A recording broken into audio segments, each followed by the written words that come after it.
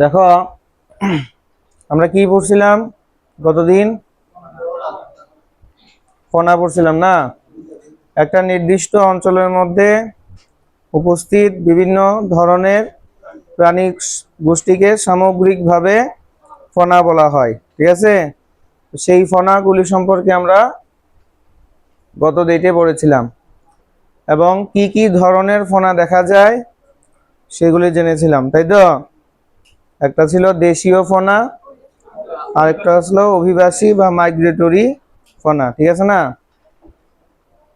তো আমরা দেশীয় ফনাগুলি পড়ছিলাম এখন, তাই না? দেশীয় ফনাগুলির মধ্যে গতদিন আমরা শেষ করেছিলাম তোমার মরু অঞ্চলের যে ফনা, সেটা এতটুকুই তো পড়েছিলাম। সরি, মরু অঞ্চলের ফনা এবং মেরু অঞ্চলের ফনা। উষ্ণ মরুভূমিতে যে সমস্ত প্রাণীরা বেঁচে থাকে তাদের সম্পর্কে পড়েছিলাম, আর শীতল পরিবেশে যে সমস্ত প্রাণীরা বেঁচে থাকে সেগুলি সম্পর্কে জেনেছিলাম, তাই তো?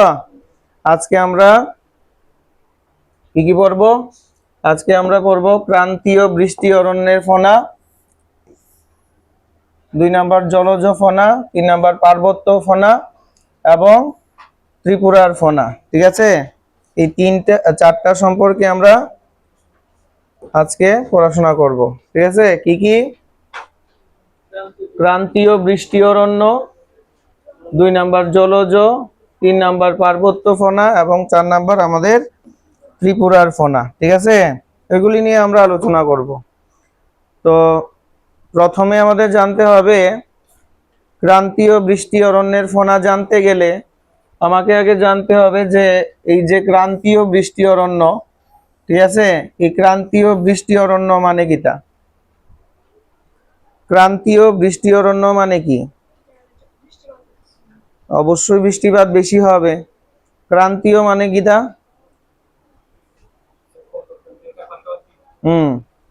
ক্রান্তীয় মানে হচ্ছে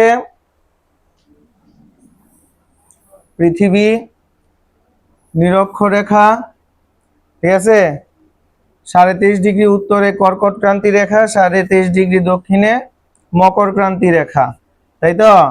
এই কর্কট ক্রান্তি রেখা এবং মকর ক্রান্তি রেখার মধ্যবর্তী জায়গাটাকে বলা হয় ক্রান্তীয় অঞ্চল। ঠিক আছে, এই অঞ্চলে প্রচুর গরম পড়ে।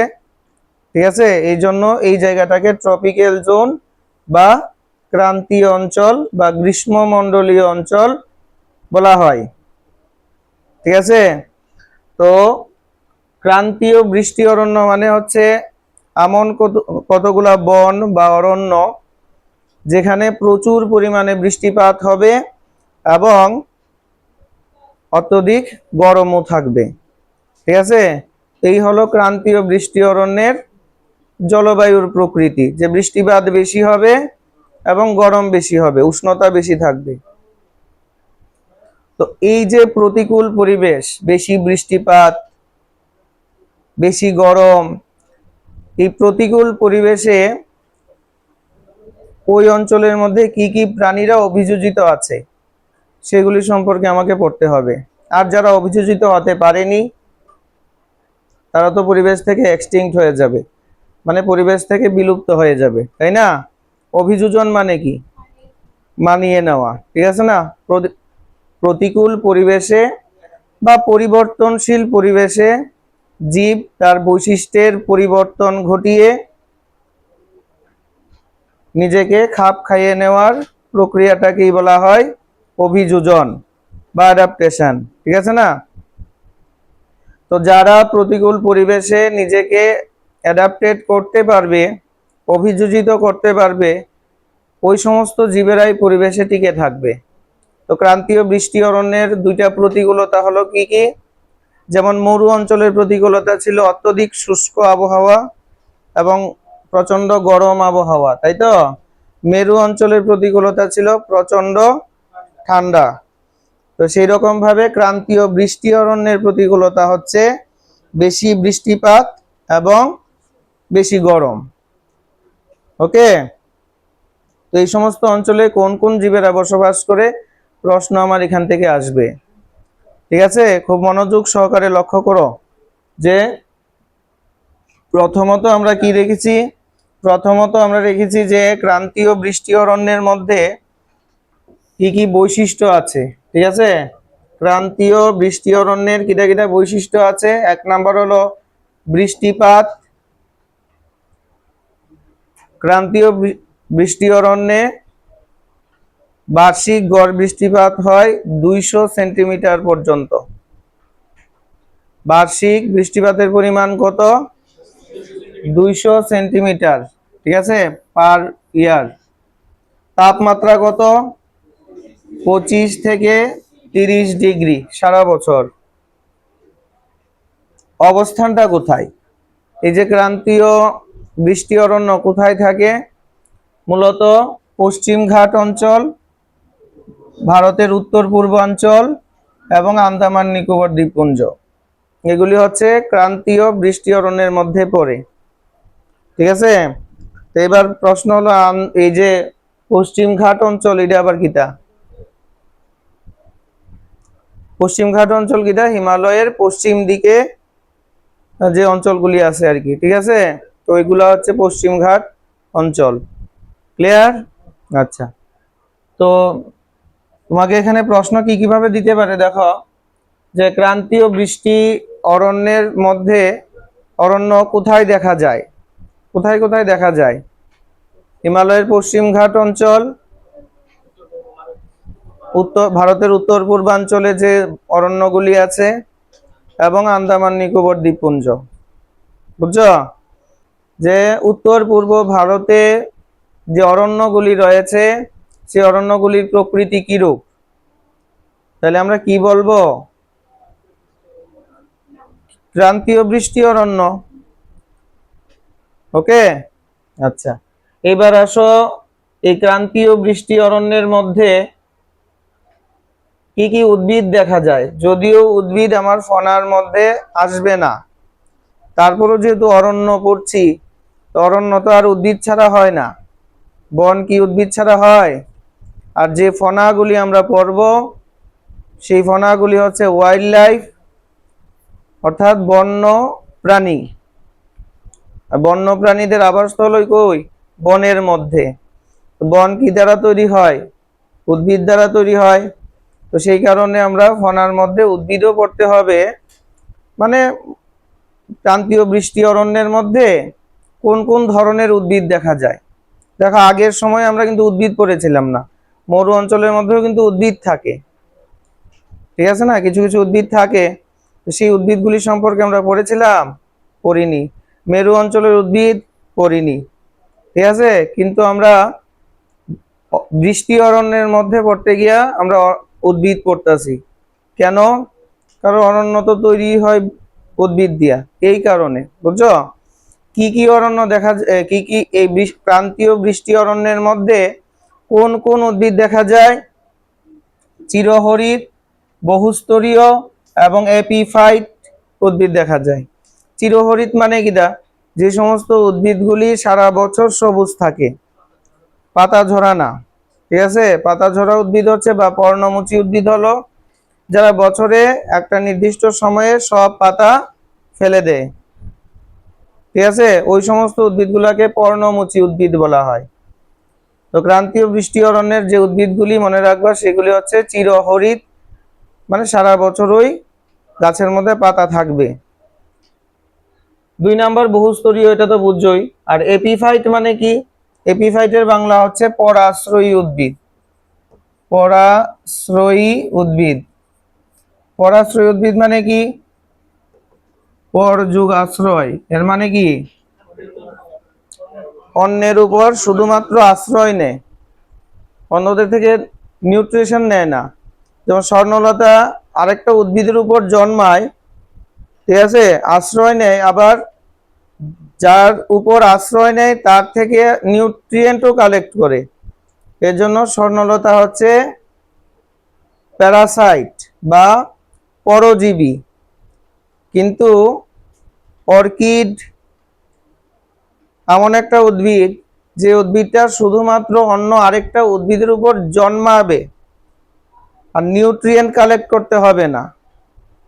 ঠিক আছে, কেননা এই অর্কিড জাতীয় উদ্ভিদেরা, রাসনা, অর্কিড, তারা কি করতে পারে? তারা ফটোসিনথেসিস প্রক্রিয়ায় নিজের খাবার নিজেরাই তৈরি করে নিতে পারে। অর্থাৎ তারা শুধুমাত্র পরের উপর আশ্রয় নেবে, নিউট্রিয়েন্ট নেবে না। ওই ধরনের উদ্ভিদকে বলা হয় শুধু পরাশ্রয়ী উদ্ভিদ, যারা শুধুমাত্র অন্য উদ্ভিদের মধ্যে আশ্রয় নেয়। আর মনে রাখবা, যারা অন্যের উপর আশ্রয়ও নেয় আবার নিউট্রিয়েন্টও নেয়, তাদেরকে প্যারাসাইট বলা হয় বা পরজীবী উদ্ভিদ বলা হয়। আর এপিফাইট বা পরাশ্রয়ী উদ্ভিদ হচ্ছে যারা শুধুমাত্র আশ্রয় নেবে। ক্লিয়ার? তাহলে ক্রান্তীয় বৃষ্টি অরণ্যের মধ্যে কি কি উদ্ভিদ দেখা যায়? চিরহরিৎ বহুস্তরীয় এপিফাইট উদ্ভিদগুলিকে আমরা এই ক্রান্তীয় বৃষ্টি অরণ্যের মধ্যে দেখব। ঠিক আছে? আর এখানকার যে ফনা, মানে এখানকার যে প্রাণীকুল, ক্রান্তীয় বৃষ্টি অরণ্যের মধ্যে যে প্রাণীকুল আছে তাদের সম্মিলিত বৈশিষ্ট্যগুলা কি হবে? ওকে, কি হবে? মানে ফনার বৈশিষ্ট্যটা কি হবে? যে ফনার বৈশিষ্ট্যটা হবে সর্বাধিক, কেননা সেখানে বেশি বৃষ্টিপাত হয়। বেশি বৃষ্টিপাত হওয়ার দরুন সেখানকার আবহাওয়াটা থাকে উর্বর। ঠিক আছে? মাটিটা থাকে উর্বর, বেশি পরিমাণে উদ্ভিদ জন্মাতে পারে, বন্যপ্রাণীদের বেশি খাবারের যোগান হতে পারে।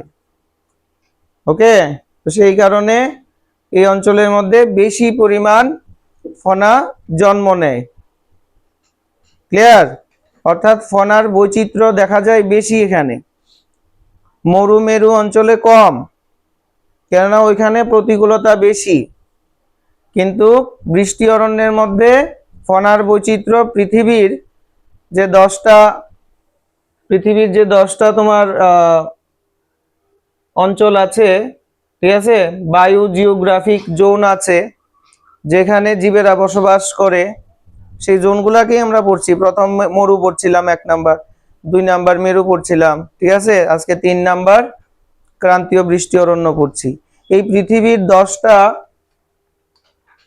ভারতের মধ্যে যে 10টা বায়ু জিওগ্রাফিক জোন আছে, এই 10টার মধ্যে সবচেয়ে বেশি থাকে ক্রান্তীয় বৃষ্টি অরণ্যের মধ্যে।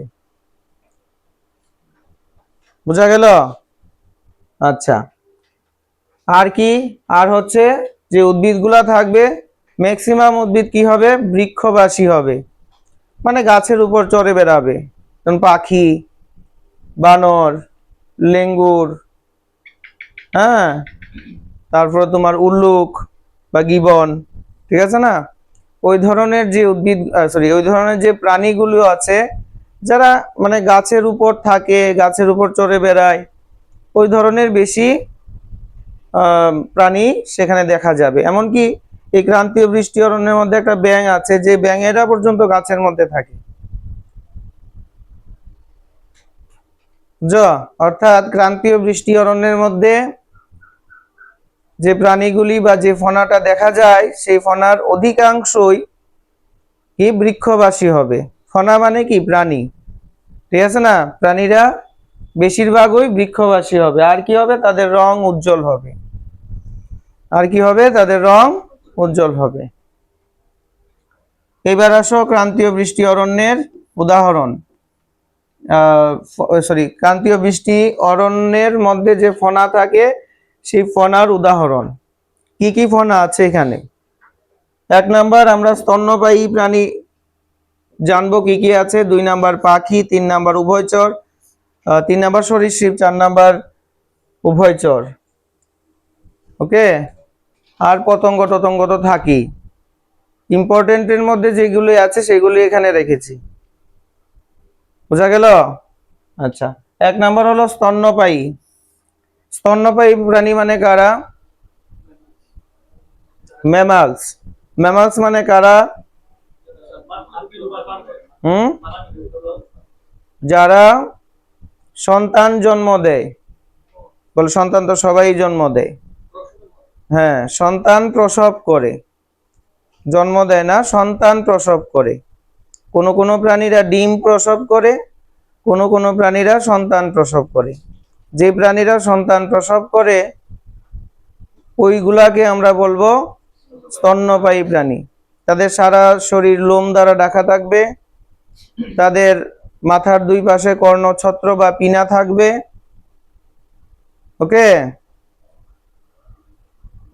যে নতুন সন্তান জন্ম নেবে সে স্তনদুগ্ধ পান করবে। তো ওই সমস্ত প্রাণীদেরকে আমরা ম্যামালস বা স্তন্যপায়ী প্রাণী বলি। বোঝা গেল? তো স্তন্যপায়ী প্রাণীর মধ্যে কি কি আছে?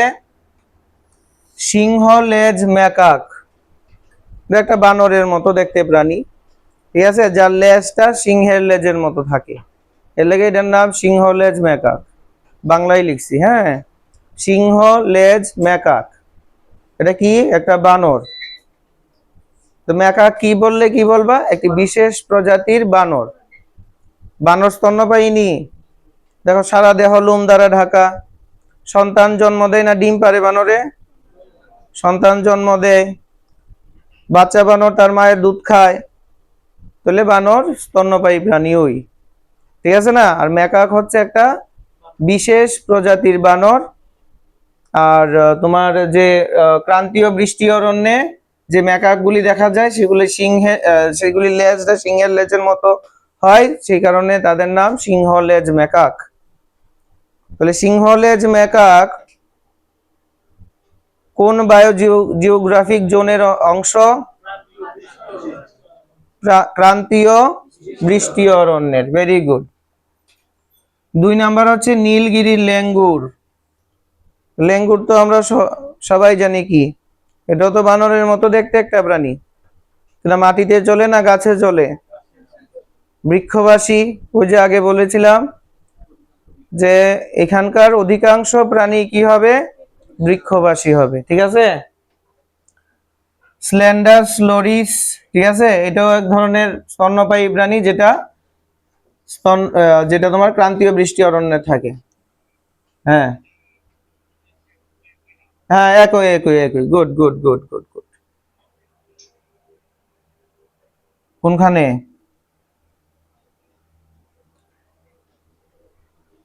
সকাল সকালবেলা না, একদম আস্তে আস্তে হাঁটে। Good good good. হ্যাঁ, আমরা কল্যাণপুর হয়েছিল একটা কয়েকদিন আগে, তবে এটা লরিস না।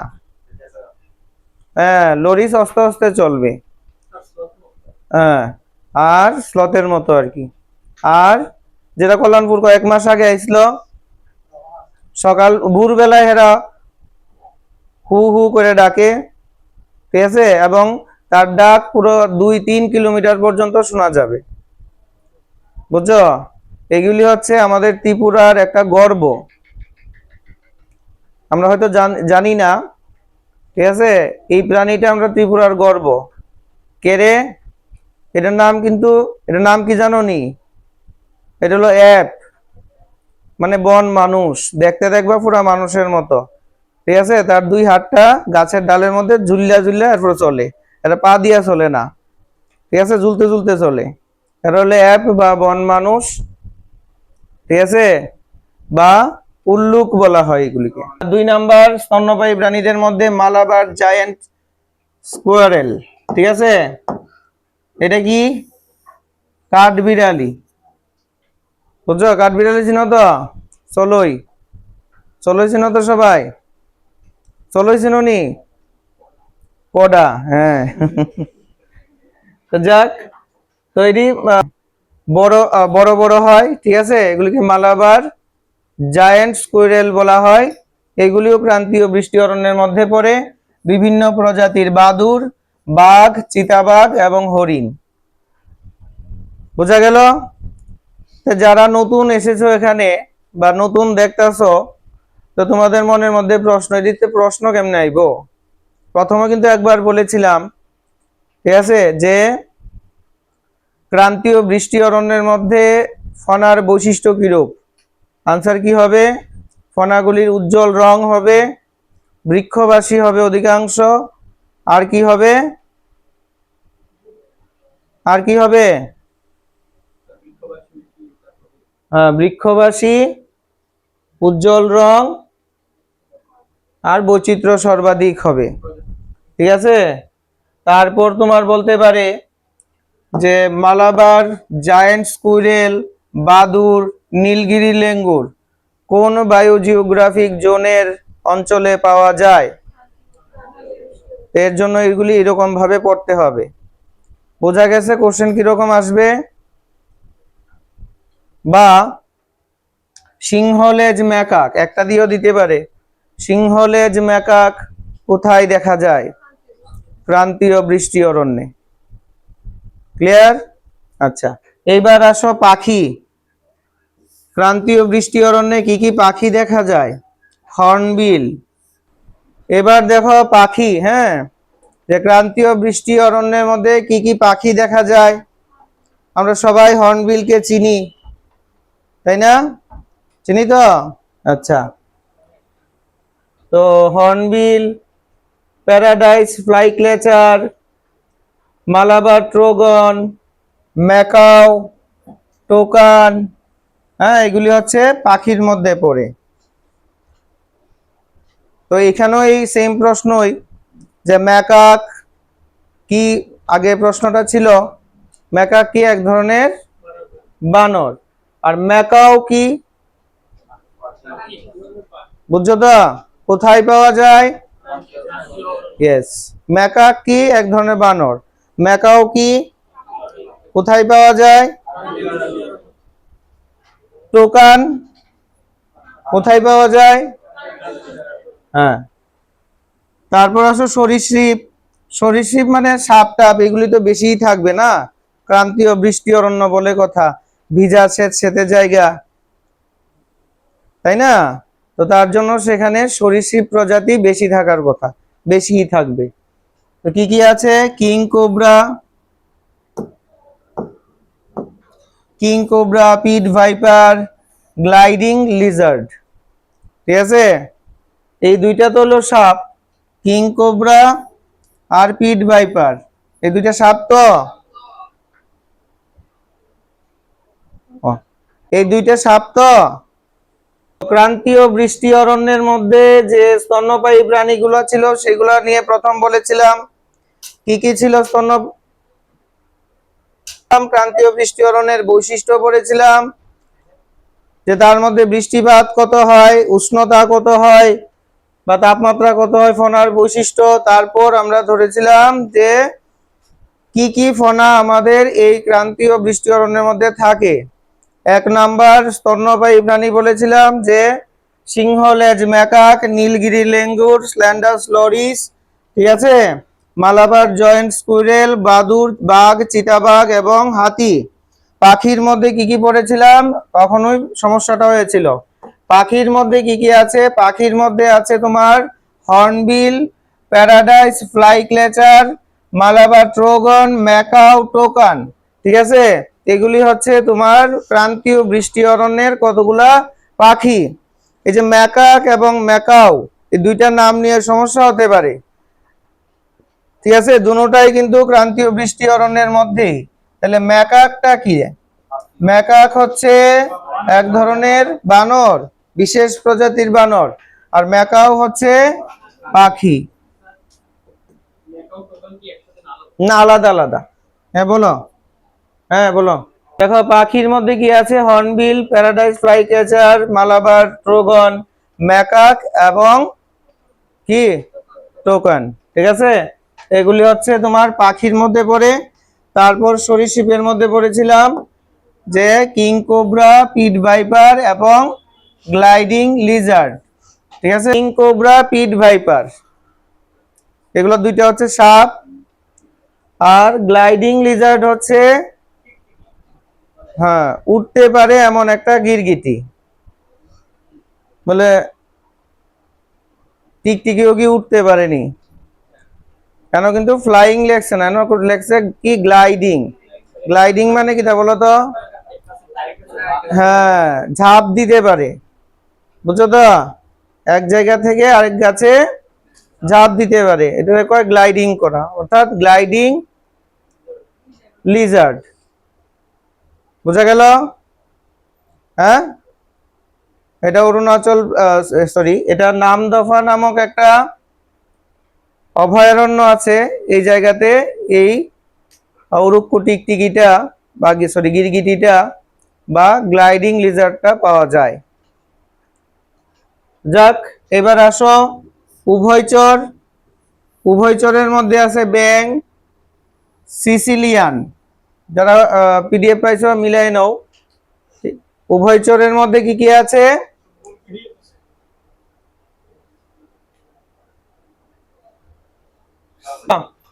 তাহলে আগেই বলেছিলাম যে এই ক্রান্তীয় বৃষ্টি অরণ্যের মধ্যে কিছু কিছু ব্যাঙ থাকে, যে ব্যাঙগুলোও গাছে থাকে, গাছ ব্যাঙ, ঠিক আছে। তারপর সিসিলিয়ান নামক উভয়চর প্রাণী সেখানে থাকে।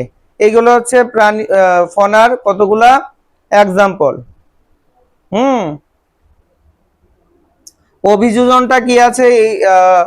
এই যে ক্রান্তীয় বৃষ্টি অরণ্যের মধ্যে যে সমস্ত প্রাণী দেখা যায় তাদের অভিযোজনগত বৈশিষ্ট্য, মানে এই যে প্রতিকূল পরিবেশ, সেই প্রতিকূল পরিবেশে মানিয়ে নেওয়ার মতো তাদের বডিতে এমন কি সৃষ্টি হয়েছে, যে বলে এখানে কি প্রতিকূলতা আছে। এই যে সারা বছর বৃষ্টিপাত হবে বা বেশি বৃষ্টিপাত হবে, তার জন্য কি হবে? তার জন্য তারা যে গাছে থাকবে সেই গাছের সারফেসটা কি হবে? পিচ্ছিল হয়ে থাকবে, তাই না? হ্যাঁ, তারপর নিচে যেহেতু বেশি মানে শিকারী প্রাণী থাকবে, এই কারণে অধিকাংশ ফনা কি হবে? বৃক্ষবাসী হবে। তো গাছে আটকানোর মতো, ঠিক আছে, তার কিছু ক্ষমতা, বিশেষ ক্ষমতা তার লাগবে। তো তার জন্য তাদের দেখো আঠালো প্যাড। প্যাড মানে কিটা? পায়ের পাতা, ঠিক আছে।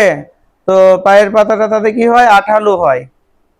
যেমন একবার টিকটিকি ওয়ালের মধ্যে এরকম চলতে পারে, বুঝছো তো? তো কেন এরকম জিনিসটা আছে বলে, বুঝছো? তো তাদের আঠালো পেট থাকে, প্রিহেনসাইল লেজ থাকে, লেজটা উন্নত, এবং ছদ্মবেশ বা ক্যামোফ্লেজ করতে পারে তারা, তারা আত্মরক্ষা করতে পারে। তো কতদিন আমরা বলেছিলাম, ক্লিয়ার?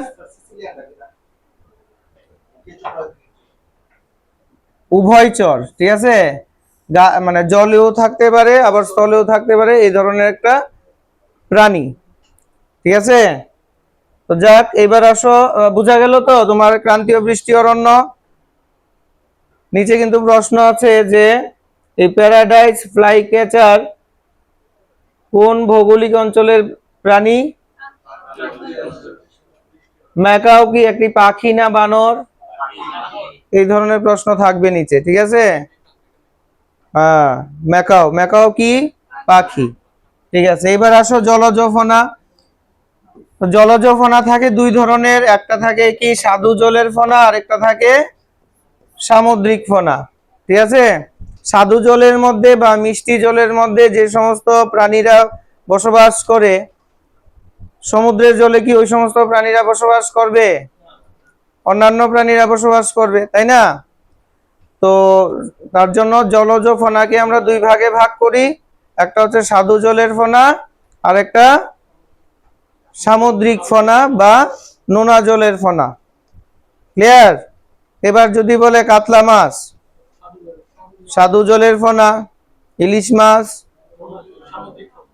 হ্যাঁ গুড, ইলিশ মাছ কিন্তু সামুদ্রিক ফনা, ঠিক আছে। তারপরে তোমার তিমি, সামুদ্রিক ফনা। ডলফিন, গাঙ্গেয় গঙ্গার ডলফিন কইলে, হ্যাঁ, এটা স্বাদু জলের ফনা, যেটা আমাদের ভারতের জাতীয় জলজ প্রাণী, গঙ্গার ডলফিন বা গাঙ্গেয় ডলফিন, ঠিক আছে। এটা আমাদের ভারতের জাতীয় জলজ প্রাণী।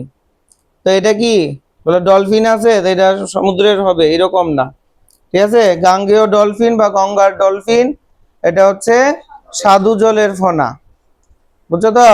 এবং এই প্রাণীটা আমাদের ভারতের জাতীয় প্রাণী, জাতীয় জলজ প্রাণী, বুঝছো তো? হ্যাঁ, কোনটা? বোয়াল, বোয়াল তো সাধু জল, ঠিক আছে। আচ্ছা যাক, তো সাধু জলের যে সাধু জলেরই হোক আর সমুদ্রের হোক, জলজ ফনার কিছু ইউনিক বৈশিষ্ট্য থাকবে, কেন? জলে থাকার জন্য তাদের কিছু কিছু দেহের মধ্যে পরিবর্তন হবে, বলে দ্রুত চলার জন্য, ঠিক আছে, শিকার ধরার জন্য, শ্বাস নেওয়ার জন্য বিভিন্ন ধরনের পরিবর্তন তাদের দেহে লক্ষ্য করা যায়। কি কি পরিবর্তন লক্ষ্য করা যায় দেখো। এক নম্বর হচ্ছে তাদের দেহ কিরকম, মাকু আকৃতির হয়। তাদের দেহটা দেখবা সামনের দিকটা কিরকম হয়, সামনের দিকটা কিরকম হয়, হ্যাঁ, নৌকার মতো। মাকু মানে কি, নৌকা। সামনের দিকটা সরু হয়, পেটটা মোটা হয়, লেজটা আবার সরু হয়। এরোপ্লেন সেম, পাখি সেম, বুঝছো তো? তাহলে এই আকৃতিটা তাদেরকে কি হেল্প করে, জলের মধ্যে দ্রুত চলতে তাদের সাহায্য করে, জলের ঘর্ষণটাকে বাধা দিতে, মানে ঘর্ষণ শক্তিটাকে এড়িয়ে তারা দ্রুত দৌড়াতে পারে, বুঝছো তো? এরোপ্লেনের গঠনটাও এরকম করা হয়েছে যাতে বায়ুর ঘর্ষণটাকে তারা ভেদ করতে পারে, ঠিক আছে। এরকম পাখিরও দেখবা দেহটা কিরকম হয়, এরকম মাকুর মতো হয়, বুঝা গেল? তো মাছেরও এরকম মাকুর মতো হয়, তারা কি করে জলের মধ্যে দ্রুত চলাচল বা গমন করতে পারে। ক্লিয়ার? যদিও তাদের গমন অঙ্গ আরো আছে, তাদের গমন অঙ্গ কি বলতো? তাদের গমন অঙ্গ হচ্ছে পাখনা, ঠিক আছে। মাছের গমন অঙ্গ কি? পাখনা, ঠিক আছে। বলে কি কি পাখনা আছে মাছের মধ্যে? 7 ধরনের পাখনা আছে, সরি 2 ধরনের পাখনা আছে, 7টি, বুঝছো তো? একটা হচ্ছে জুর পাখনা আর একটা হলো বিজুর পাখনা। এক ধরনের হলো জুর আর এক ধরনের হলো বিজুর। বলে বিজুর কোনটা? যেটা একটা একটা সিঙ্গেল সিঙ্গেল থাকবে, যেমন পৃষ্ঠ পাখনা একটাই, মাছের পিঠের দিকে যে পাখনাটা থাকে, ঠিক আছে, ওইটা হচ্ছে পৃষ্ঠ পাখনা একটা, বিজুর সংখ্যায় আছে, বুঝছো? তারপরে তোমার পুচ্ছ পাখনা, এটা কয়টা আছে? একটাই আছে, বিজুর পাখনা।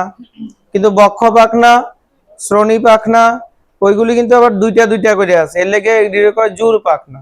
তাহলে মাছের মধ্যে জুর আর বিজুর মিলে 7টা পাখনা রয়েছে।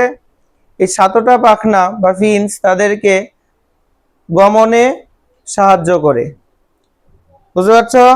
লেজ তাদের গমনের সময় দিক পরিবর্তন করতে সাহায্য করে, ভেরি গুড। আর জলের নিচে উঠানামা করতে তাদেরকে সাহায্য করে, না না, ফুলকার সাহায্যে তারা শ্বাস নেয়। মাছের ভিতরে, পেটের ভিতরে যে বেলুন থাকে না, বেলুনটার নাম হচ্ছে পটকা, ঠিক আছে। মাছের পেটের ভিতরে যে বেলুন থাকে, এই বেলুনটার নাম হচ্ছে পটকা। কিটা? পটকা, ফুটকা না, পটকা, ঠিক আছে, বোঝা গেল? তো এই যে পটকা থাকে, এই পটকার মধ্যে দেখবা লাল লাল অনেকটি রক্তনালীর মতো অংশ থাকে। মাছ কাটুনি, কাটলে দেখবা পটকা যখন বাইর করবা তখন পটকাটা ফুলানো থাকে। সব মাছ কাটলেই পটকা ফুলানো থাকে।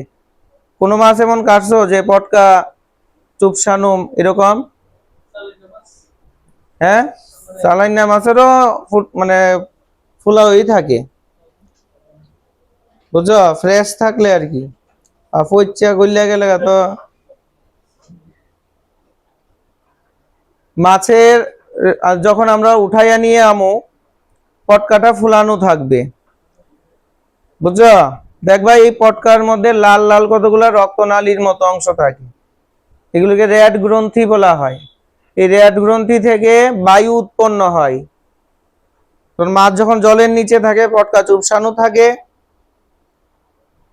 হ্যাঁ, রেড গ্রন্থি আর কি, লাল গ্রন্থি, ঠিক আছে। হ্যাঁ, তো এই যে লাল গ্রন্থিগুলা কি করে, মাছ যখন জলের নিচে থাকে তখন এই পটকাটা চুপসানো থাকে, ফুলানো থাকে না। হ্যাঁ, যখন মনে হইব আমি একটু উপর থেকে বেড়ে যাই, তখন কি করব, ওই রেড গ্রন্থিগুলা বায়ু উৎপন্ন করব, পটকা যাবে ফুললা, পটকা যদি ফুলে যায় মাছ উপরে চলে আসবে। তো উপরে বেড়াইলো, এরপরে আবার মনে হয়েছে আমি নিচে যাইতাম, তখন কি করব, তার পেছনের দিকে যে গহ্বরটা আছে পটকার দেখবা দুইটা পার্ট, একটা সামনের দিকে ছোট আর একটা পেছনের দিকে লম্বা বড়। তো পেছনের দিকের তার মধ্যে কতগুলি গ্রন্থি থাকে যেগুলি এই বায়ুটাকে শোষণ করতে পারে। তো উপরে থাকতে থাকতে মাছ যখন মনে করে যে আমি নিচে যাইতাম চাই, তখন পটকার পেছনের জায়গার অংশগুলি বায়ু শোষণ করে লায়। শোষণ করলে কি হয়, পটকাটা চুপসায় জায়গা, পটকা যদি চুপসায় জায়গা তাহলে মাছ এমনিতেই জলের নিচে চলে যায়। বুঝছো তো? এই জন্য এই পটকাকে মাছের উদস্থৈতিক অঙ্গ বলা হয়। কি বলা হয়? উদস্থৈতিক অঙ্গ। মানে যে অঙ্গটা মাছকে জলের নিচে উঠানামা করাতে সাহায্য করে, মানে জলের উপর নিচ করতে সাহায্য করে। বুঝছো তো? আর যদি মাছটাকে আমরা তুললে তো জল থেকে তুলে এনে তো তারপরে কাটমু, তারপরে খাবো, তাই না?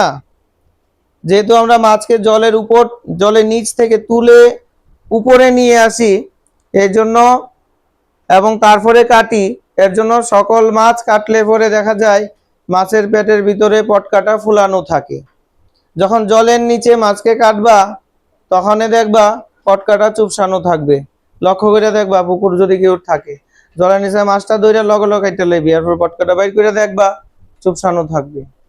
বুঝছো তো? যাক, এই পটকা মাছকে কি করে জলের উপর নিচে উঠানামা করতে সাহায্য করে। এটাও মাছের একটা বৈশিষ্ট্য বা জলজ ফনার একটা বৈশিষ্ট্য। তবে মনে রাখবে সব মাছেদের কিন্তু এই উদস্থৈতিক অঙ্গ বা পটকা থাকে না, বা সব জলজ ফনার কিন্তু এই পটকা থাকে না। ঠিক আছে? শুধুমাত্র অস্থিযুক্ত মাছেদের এই পটকাটা থাকে। শুধুমাত্র অস্থিযুক্ত মাছ, যে মাছেদের হাড় আছে, ওই সমস্ত মাছেদেরই শুধু এই পটকা থাকবে। যে সমস্ত মাছের কোনো হাড় নাই, যেমন হাঙর, শঙ্কর, ওই সমস্ত মাছের পটকা থাকবে না, অর্থাৎ ওই সমস্ত জলজ ফনার পটকা থাকবে না। ক্লিয়ার? আচ্ছা, এইবার আসো ফুলকা এবং ফুসফুস। ফুলকা এবং ফুসফুসের সাহায্যে তারা কি করে? শ্বাস প্রশ্বাস নেয় আর কি। ঠিক আছে না? বলে ফুলকা, মাছের শ্বাসঙ্গত ফুলকা, মানে জলজ যে ফনা বা জলজ প্রাণীর শ্বাসঙ্গ ফুলকাই হবে। চিংড়িও জলে থাকে এমন একটি পোকা, বলে চিংড়ি মাছ, মাছ এনে শুনলাম, চিংড়ি মাছ না, চিংড়ি হলো আর্থ্রোপোডা বা সন্ধিপদী পর্বের একটা এই প্রাণী। সে, তাকে মাছ বলা হয় না, হ্যাঁ, বিজ্ঞানেতে তাকে মাছ বলে না, সে হচ্ছে একটা ইনসেক্ট বা আর্থ্রোপোডা পর্বের প্রাণী আর কি। ঠিক আছে? তো যাক, তো এই যে চিংড়ি, এই চিংড়ির শ্বাসঙ্গ কিন্তু বই ফুলকা বা বহি ফুলকা। ঠিক আছে? যারা জলে দ্রবীভূত অক্সিজেনকে গ্রহণ করতে পারে, জলে দ্রবীভূত অক্সিজেন গ্রহণ করতে পারে ফুলকার মাধ্যমে। আর ফুসফুসের মাধ্যমে বায়ু থেকে সরাসরি অক্সিজেন গ্রহণ করতে হয়। তাহলে কোন জলজ ফনার শ্বাসঙ্গ কি ফুলকা হতে পারে? বলে না হলে লেখছেন কি লিগা? হতে পারে দিকেই তো লেখছেন না, বুদ্ধি আছে তোমরা, বুঝছো তো? হ্যাঁ, ম্যাক্সিমাম জলজ ফনার শ্বাসঙ্গ ফুলকা, কিন্তু কিছু কিছু জলজ ফনা আছে যাদের শ্বাসঙ্গ হচ্ছে ফুসফুস, তাদেরকে শ্বাস নেওয়ার জন্য জলের উপরে আসতে হয়। যেমন তিমি মাছ। ঠিক আছে? তিমি মাছ দেখবা জলের অনেক গভীরে থাকে, হঠাৎ করে জলের উপরে চলে আসে, আয়াসেরও একটা ফোয়ারা সৃষ্টি করে। তার মাথার উপরে একটা ছিদ্র থাকে,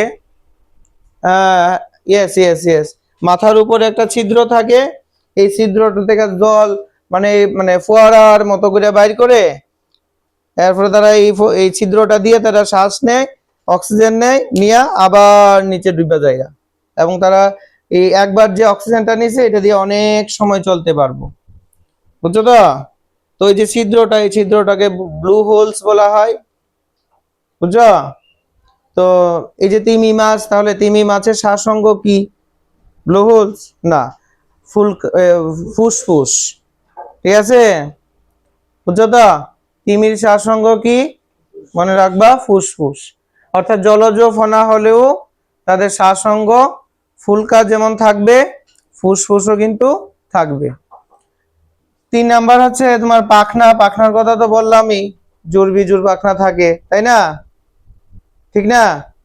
হ্যাঁ, আচ্ছা। পাখনার ব্যাপারে আরেকটা একটু কথা আছে, যেমন লেজ। লেজে যে পাখনাটা থাকে সেটাকে কি বলা হয়? লেজের পাখনাকে কি বলা হয়? পুচ্ছ পাখনা। ঠিক আছে, হ্যাঁ, পুচ্ছ পাখনা। পুচ্ছ পাখনা। লেজের পাখনাকে কি বলা হয়? পুচ্ছ পাখনা। কিছু কিছু মাছেদের পুচ্ছ পাখনাটা কি রকম হয়? কিছু কিছু মাছেদের পুচ্ছ পাখনাটা হয়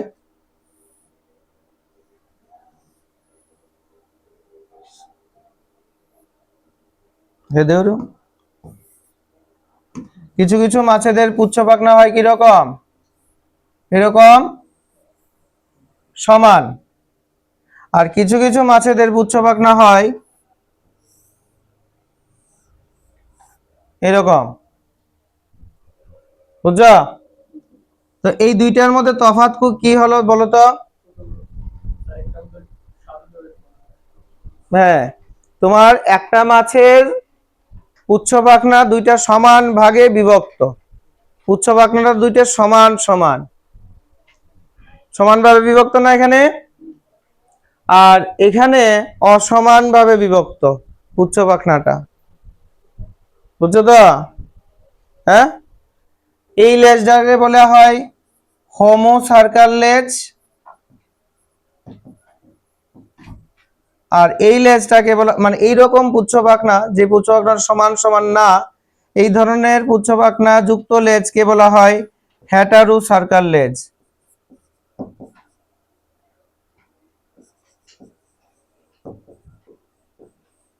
আবার কিছু কিছু পুচ্ছ পাখনা দেখা যায় কিরকম,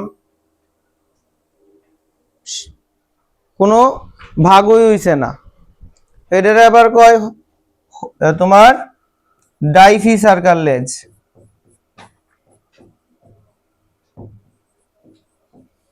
বলে এটি কার কার মধ্যে দেখা যায়? দেখ, হোমো সার্কাল লেজ তো আমরা সবাই জানি, জানি না ওমা? প্রত্যেক দিন খাই। হ্যাঁ, হ, রুই কাতলা, ঠিক আছে না? যেগুলি মাছ দেখো তার লেজের পাখনাগুলি কিরকম, সমান না? সুন্দর সুন্দর সমান সমান, তাই না? তো তারা হচ্ছে হোমো সার্কাল। রুই, কাতলা, ইলিশ, এগুলি হচ্ছে হোমো সার্কাল। যেগুলি যেগুলি অস্থিযুক্ত মাছ। এই মাছগুলির ভিতরে হাড্ডি আসেনি, অস্থি আসেনি, কাটা আছে না? এটি অস্থি তাদের, ঠিক আছে? তাইলে এই কাঁটাযুক্ত মাছের মানে অস্থিযুক্ত মাছেদের লেজ হচ্ছে হোমো সার্কাল, যেটার সাহায্যে তারা গমন করে, মানে গমনের সময় দিক পরিবর্তন করে। ক্লিয়ার? হ্যাটারো সার্কাল লেজ হচ্ছে যাদের অস্থি থাকে না, পটকা থাকে না, পটকাবিহীন মাছ, যেমন হাঙর, শঙ্কর, এই সমস্ত মাছেদের হচ্ছে হ্যাটারো সার্কাল লেজ। কি বললাম? হাঙর, শঙ্কর, এই শঙ্কর, তারপর তোমার শঙ্কর, হ্যাঁ, হাঙর, শঙ্কর, এই সমস্ত মাছেদের লেজ হচ্ছে হ্যাটারু সার্কাল, মানে সমান সমান না। ক্লিয়ার? আর ডাইফি সার্কাল হচ্ছে লাং ফিশ। এটা আমরা দেখছি না, নাকি দা? লাং ফিশ দেখছো? দেখছো না? হ্যাঁ, তাহলে হোমো সার্কাল, ডাইফি সার্কাল এবং হ্যাটারু সার্কাল এই ধরনের, হ্যাঁ,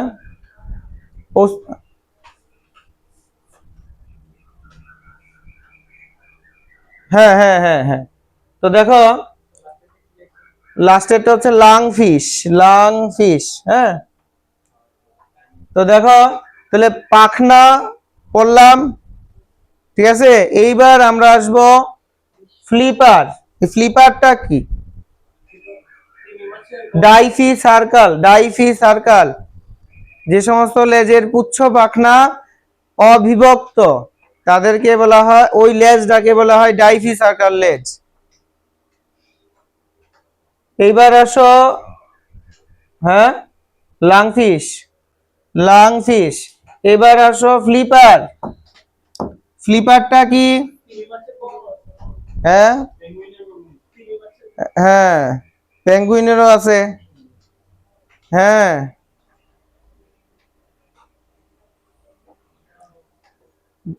বুঝছি না কি বলছো। থাকে, হ্যাঁ হ্যাঁ, থাকে থাকে, বুঝছি বুঝছি বুঝছি, থাকে। এবার আসো তোমার ফ্লিপার, এটা কি তা? ফ্লিপার হচ্ছে, একজন বললো তিমির গমন অঙ্গ, তিমি যে অঙ্গের সাহায্যে সাঁতার কাটে আর কি, তাই না? আরেকজন বললো পেঙ্গুইনও থাকে, পেঙ্গুইন যখন মাটিতে চলে তখন পায়ের সাহায্যে চলে, আর যখন জলে চলে তখন ফ্লিপারের সাহায্যে চলে। ফ্লিপার হচ্ছে অগ্রপদের রূপান্তর, যেটার মাধ্যমে তারা জলে সাঁতার কাটতে। তো কি বলেছিলাম, ফ্লিপার, ফ্লিপারও কিন্তু গমন অঙ্গই। পাখনা যেমন গমন অঙ্গ জলজ ফনার, ফ্লিপারও কিন্তু গমন অঙ্গ। ফ্লিপারটা হচ্ছে অগ্রপদের রূপান্তর, পাখনা কিন্তু অগ্রপদের রূপান্তর নয়। তাহলে তোমাকে এখানে যদি প্রশ্ন করে যে জলজ ফনার কোন গমন অঙ্গটি অগ্রপদের রূপান্তর, ফ্লিপার, পাখনা না কিন্তু। ঠিক আছে, জলজ ফনার কোন গমন অঙ্গটি অগ্রপদের রূপান্তর, ফ্লিপার। ঠিক আছে, তাহলে ফ্লিপারটা অগ্রপদ কিটা, সামনের দিকে যে পা গুলি আগে ছিল, ঠিক আছে, কিন্তু জলে সাঁতার কাটার জন্য, জলে চলাচল করার জন্য তাদের সামনের দিকের পা গুলা প্রসারিত হয়ে নৌকার দ্বারের মতো হয়ে যায়, যে কারণে তারা জলের মধ্যে ঘাত প্রয়োগ করে সামনের দিকে অগ্রসর হতে পারে। ওই অঙ্গটার নামই হচ্ছে ফ্লিপার। ক্লিয়ার? আচ্ছা, বোঝা গেল? তো তিমিও জলে সাঁতার কাটার সময় ফ্লিপারটা ব্যবহার করে, আবার জলে চলার সময়, আর পেঙ্গুইনও জলে সাঁতার কাটার সময় ওই ফ্লিপারটাকেই ব্যবহার করে। বোঝা গেল? আচ্ছা, এবার আসো পার্শ্বরেখা অঙ্গ। পার্শ্বরেখা অঙ্গ কিটা? এটাকে আমরা পড়াইছি স্পর্শেন্দ্রিয় রেখা নামে, যেটার মধ্যে প্রচুর পরিমাণ ভ্যাগাস নার্ভ থাকে। বলে এটা আবার কোনখানে? পুঁটি মাছ দেখছো নি? পুঁটি মাছ, পুঁটি মাছে সুন্দর দেখা যায় আর কি, এর লেগে কইতেছি। যদি এটা পুঁটি মাছের আকৃতি হইছে না, তাই না রে? এটা কি মাছ হয়েছে গা? আচ্ছা যাক, দেখ দেখ দেখ, লক্ষ্য করে দেখ, মাছের মাঝখানে এরকম একটা দাগ থাকেনি পুঁটি মাছের, লাল? পুঁটি মাছের স্পষ্ট দেখা যায় আর কি, সব মাছেরই আছে। পুঁটি মাছের স্পষ্ট দেখা যায় না? পুঁটি মাছ, তারপরে ট্যাংরা, খলসা, চিনোনিডি, তো এই সমস্ত মাছেদের এগুলি দেখা যায়। এই দাগটা কিটা?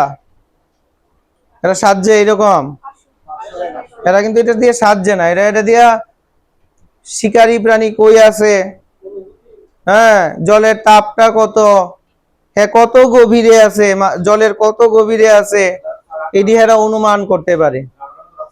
হ্যাঁ, রেডারের মতো কাজ করে, তাই না? আচ্ছা, রেডারের মতো কেড়ে কাজ করবো, এরা তো জলে থাকে। এই অনেক একটা জিনিস মনে আইছে, কইলে কন্ট্রোভার্সি হয়ে গেল কেন। রেডার হইল, ঠিক আছে, বায়ুতে, হ্যাঁ, তোমার ব্যবহৃত হয়। হ্যাঁ, আর রেডার সমুদ্রের গভীরতা, হ্যাঁ, ওইগুলি পরিমাপ করার জন্য একটা টেকনিক আর কি। হ্যাঁ, শব্দ উত্তরের শব্দ এগুলি ব্যবহার করিয়া। যাক, রেডার কয়, হ্যাঁ, বায়ুমণ্ডলে এটারে রেডার কয়, হ্যাঁ ঠিকই আছে। বায়ুমণ্ডলে এটারে কয় রেডার, আর সমুদ্র এটারে কয় সোনার। সোনার সোনার সোনার, ঠিকই আছে। তো যাক, এই যে তোমার মাঝখানে যে একটা দাগ থাকে, এই দাগটাকে বলা হয় স্পর্শেন্দ্রিয় রেখা বা পার্শ্বরেখা। এই পার্শ্বরেখার সাহায্যে মাছ জলের কত গভীরে আছে, মানে জলের চাপ, তাপ, শিকারী প্রাণীর উপস্থিতি, ওইগুলিকে তারা অনুমান করতে পারে। কেন পারে? কেননা এই স্পর্শেন্দ্রিয় রেখায় অনেকগুলা ভ্যাগাস স্নায়ু থাকে। ঠিক আছে, কি থাকে? ভ্যাগাস, ভ্যাগাস নার্ভ থাকে, এই স্পর্শেন্দ্রিয় রেখার মধ্যে। এই কারণে তারা জলের চাপ, তাপ, স্পর্শ এগুলিকে অনুমান করতে পারে। এই কারণেই এর নাম হচ্ছে স্পর্শেন্দ্রিয় রেখা বা পার্শ্ব রেখা। বোঝা গেল? তাহলে জলজ প্রাণী বা মাছেদের পার্শ্ব রেখা কি কাজে ব্যবহৃত হয়? জলের চাপ, তাপ, গভীরতা ওইগুলি অনুমান করতে তারা এটির ব্যবহার করে। ক্লিয়ার? এইবার আসো জলজ ফনার উদাহরণে কিতা কিতা আছে। শুধু কি মাছই নিয়ে আছে? শুধু কি মাছ আছে? দেখ, শুধুই মাছ মনে হয় নাকি? মাছ ছাড়াও থাকবো। মাছের মধ্যে কিতা আছে? রুই, কাতলা, মৃগেল, চিতল, শোল। চিনি সবজি রে। রুই মাছের বিজ্ঞানসম্মত নাম লেবিওরোহিতা। কাতলা মাছের বিজ্ঞানসম্মত নাম সবচেয়ে সোজা। ঠিক আছে, দুইটা কাতলা লিখে লাইবা। কাতলা মাছের বিজ্ঞানসম্মত নাম দুইটা কাতলা, মানে কাতলা কাতলা। আর রুই মাছের বিজ্ঞানসম্মত নাম হইলো লেবিওরোহিতা। এগুলি যদিও মুখস্থ করতে হয়। হ্যাঁ, রুই মাছের বিজ্ঞানসম্মত নাম কি? লেবিওরোহিতা। হ্যাঁ, আর কাতলা মাছের বিজ্ঞানসম্মত নাম কিটা? কাতলা কাতলা। শুধু কাতলা না, কাতলা কাতলা। বুঝছো? আচ্ছা, আর বাকিগুলি লাগবে না। এবার আসো স্তন্যপায়ী। জলজ যে ফনা আছে শুধুমাত্র মাছ নিয়েই তৈরি না, জলজ ফনার মধ্যে আরো অন্যান্য প্রাণীরাও থাকবে। যেমন আরেকটা বললাম সরীসৃপ। কিরে কিতা সরীসৃপ আছে? ঘড়িয়াল, মিঠা স্বাদু জলের কচ্ছপ। ঘড়িয়াল কিতা? কুমিরের মতো দেখতে কিন্তু আকারে ছোট। হ্যাঁ, চলতি ভাষায় যেটা আমরা গুইল কই অনেক সময়, নাকি দা? হ্যাঁ, পালে সিপাহী জলাত আছে, এমনও পাওয়া যায় পাহাড় অঞ্চলে বাইরে। ঠিক আছে, তো এগুলি হচ্ছে ঘড়িয়াল। তারপরে তোমার সাধু জলের কচ্ছপ। বলো তো ত্রিপুরার কোথায় সাধু জলের কচ্ছপ সংরক্ষণ করা হয়? ইডই, বুঝছো? উদয়পুরের কমলা সাগর, কল্যাণ সাগরে। ঠিক আছে, এখানে কচ্ছপ সংরক্ষণ করা হয়। এটা কিন্তু খুব ভালো ট্রিক্স লাগাইছে, বুঝছো? অনেক কইলে কইবা যে আমি নাস্তিক। ঠিক আছে, আসলে ভারতের মধ্যে বিভিন্ন পুরনো যে বিজ্ঞানীরা আসলো, বিজ্ঞানী বলতে কি মানে যারা পরিবেশ নিয়ে অনেক ভাবতো, তথাকথিত ভাষায় তারা বিজ্ঞানী না, কিন্তু তারা পরিবেশ নিয়ে অনেক ভাবতো। তো ভাবতো দিকা তারা কি করছে, যে দেখছে এই সমস্ত জীবেরা বা এই সমস্ত উদ্ভিদেরা পরিবেশ থেকে বিলুপ্ত হয়ে যাচ্ছে, তাদেরকে সংরক্ষণ করতে হবে, তাই তো? সংরক্ষণ করার উপায় কি? মানুষেরও তো অনেক বুঝাইছি, তারা স্বীকারকরণ বন্ধ করে না। ঠিক আছে, হ্যাঁ, তাহলে কি বানাই দো? লাল শালু কাপড় জড়াইয়া দো।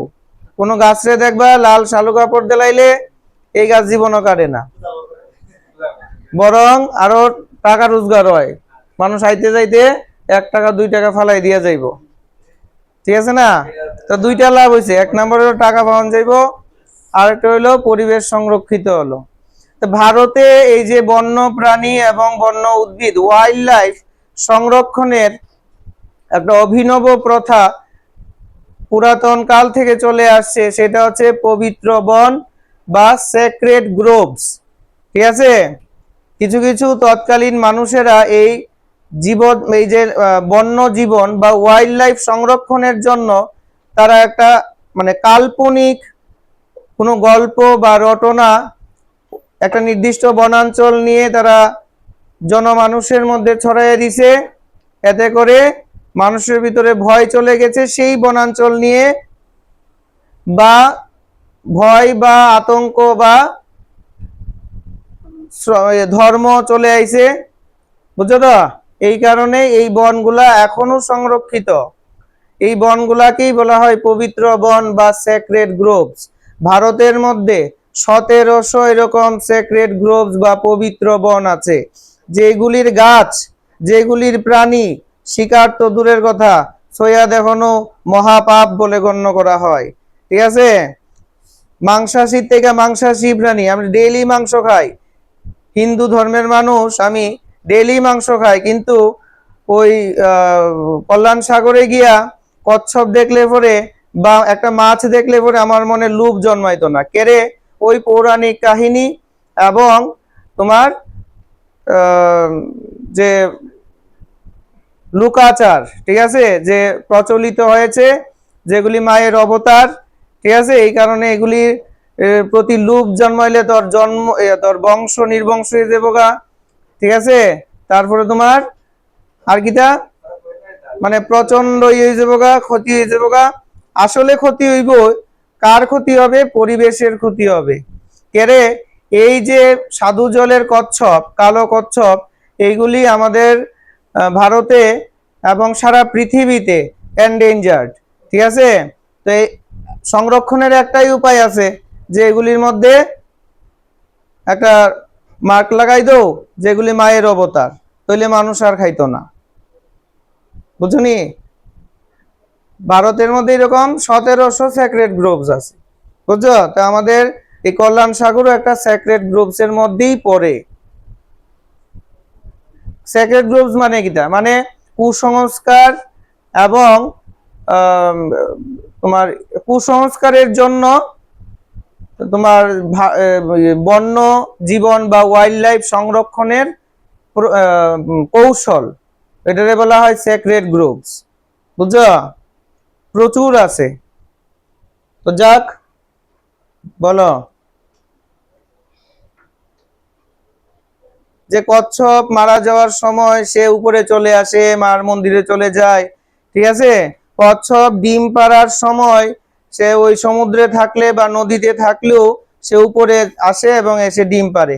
জলে থাকলে কিন্তু জলজ প্রাণী, জলজ ফনা, কিন্তু জলে ডিম পারে না। কোথায় ডিম পারে? স্থলের মধ্যে ডিম পারে। বুঝছো তো? অর্থাৎ তারা স্থল জল উঠানামা করতে থাকে। বুঝতে পারছো? যাক, এগুলি মানুষের মানে ধারণা, বা এটা এই ধারণার জন্য ভালোই তো হয়েছে না। কিছু কিছু কুসংস্কার আছে যার জন্য পরিবেশের এবং সবার ভালো হয়, তাই না? তো সেই কুসংস্কারগুলি চলতে থাকাই ভালো, তাই না? তো স্যাক্রেড গ্রোভস হচ্ছে এমন একটা কুসংস্কার আর কি। বুঝছো? হ্যাঁ, আচ্ছা। তো ত্রিপুরার কোথায় এরকম সাধু জলের কচ্ছপ সংরক্ষণ করা হয়? কল্যাণ সাগরে। এই প্রশ্নটা আছে, দিব তোমরা রে, বুঝুনি? এরপর উভয়চরের মধ্যে আছে কুলা ব্যাং, কোনো ব্যাং। বুঝছো? এই দিলে তো আর কথা নাই, তো জানুই। আসো সামুদ্রিক ফনা, মাছের মধ্যে আছে হাঙর মাছ, সবাই চিনি আমরা। হাঙর মাছ কিটা? ওই যে হ্যাটারো সার্কাল লেজ, অসমান পুচ্ছ পাখনা যুক্ত লেজ। বুঝছো? টুনা মাছ, সার্ডিন। ঠিক আছে, বুঝছো তো? এগুলি হচ্ছে সামুদ্রিক মাছ, এগুলিও জলজ ফনার অংশ। স্তন্যপায়ীর মধ্যে তিমি, তিমি মাছ না? তিমি মাছ না স্তন্যপায়ী? বলছি বলছি, লাংফিশ, লাংফিশ ওইটার উদাহরণ নাই। হ্যাঁ, বুঝছো? আচ্ছা দেখো, তিমি মাছ না স্তন্যপায়ী বলো তো? দুটোই না, না, তিমি কিন্তু স্তন্যপায়ী প্রাণী, ওই জলজ স্তন্যপায়ী প্রাণী। তোমাকে যদি প্রশ্ন করে একটি জলজ স্তন্যপায়ী প্রাণীর নাম, তোমরা কি লিখবা? তিমি লিখবা। হ্যাঁ, ওই যে বলেছিলাম অ্যাডাপ্টেশন। বুঝছো তো? তিমি মাছ কি দেখতে তো খুবই ছোট, তাই না? তাই কো হওয়া বলে। হ্যাঁ, তিমি মাছ তো অনেক বড়, তাই না? তো অনেক বড় যেহেতু তার পেটটাও তো অনেক ছোট হইব, নাকি? তা পেটটাও অনেক বড় হইব। পেটটা যেহেতু অনেক বড়, তার খাইতেও তো এরকম হইব। স্থলের কত জীব খাইব, এই কারণে এরা সমুদ্রে গেছিল, সমুদ্রে গিয়ে লুবাইয়া পড়ছে। কেরে এই পৃথিবীর 70% বায়োস্ফিয়ার আছে, মানে জীব জগৎ আছে সমুদ্রের মধ্যে।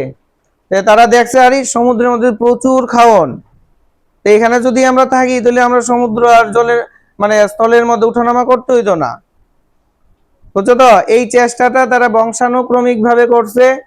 ধীরে ধীরে ধীরে ধীরে ধীরে ধীরে ধীরে ধীরে ধীরে তারা এই সমুদ্রের জলে বেঁচে থাকার জন্য বৈশিষ্ট্য তারা দেহের মধ্যে নিয়ে আয়া পড়ছে। বলে এটা কেমনে নিয়ে আন যায়? পরিবর্তন মানে করতে মানে চেষ্টা করতে করতে আর কি, বুঝছো তো? যেমন জিরাফের গলা কি আগে লম্বা ছিল? জিরাফ দেখছো তো গলা কত লম্বা? আগে কি লম্বা আসলো? আগে কিন্তু বাইটেই আসলো, বুঝছো তো? উঁচা গাছের পাতা খাওয়ার চেষ্টা করতে করতে করতে করতে করতে করতে লক্ষ লক্ষ বছর ধরে এই চেষ্টাটা করছে, তারপরে গিয়ে গলা লম্বা হয়ে গেছে। এক সময় ভগবানও কয়, ঠিক আছে না, আর কত লাফাইয়া খাইবি, যা তোর গলায় লম্বা করে দিই, বুঝছো তো? মানে চেষ্টা করছে, সে ফল পাইছে, বুঝছো? বলে লক্ষ লক্ষ বছর ধরে জিরাফটা বাচ্চা আসলো, মানে একটাই জিরাফ না। ধরো আমি চেষ্টা করছি, আমার পরে আমার ছেলেরা চেষ্টা করছে, তারপরে তার ছেলেরা চেষ্টা করছে, এরকম করে লক্ষ লক্ষ বছর ধরে একই প্রসেস বংশানুক্রমিক ভাবে হতে হতে হতে এই বৈশিষ্ট্যটা তাদের মধ্যে চলে এসেছে। সাপের আগে পা আসলো, ওখানে পা নাই, এ ব্যবহার করছে না, ঠিক আছে, এর লেগে বিলুপ্ত হয়ে গেছে। হ্যাঁ, ঘোড়া আগে শিয়ালের মতো দেখতে ছোট প্রাণী আসলো, এও লম্বা হয়ে গেছে, অ্যাডাপ্টেশন আছে, ইডি অ্যাডাপ্টেশন করে। তিমিও আগে স্থলে আসলো, বুঝছো, স্তন্যপায়ী আসলো, বুঝছো, সে জলের মধ্যে অ্যাডাপ্টেড হয়েছে, মানে জলজ স্তন্যপায়ী প্রাণী আমরা বলতে পারি। কিছু কিছু তিমি মাছ কিন্তু ডিম পারেনি বলতো, না সন্তান জন্ম দেয়, স্তন্যপায়ীর মতো সন্তান জন্ম দেয়। সন্তানকে দিলে দুধ পান করায়নি জলের মধ্যে, জলের মধ্যে জলের মধ্যে কেমনে করাইবো?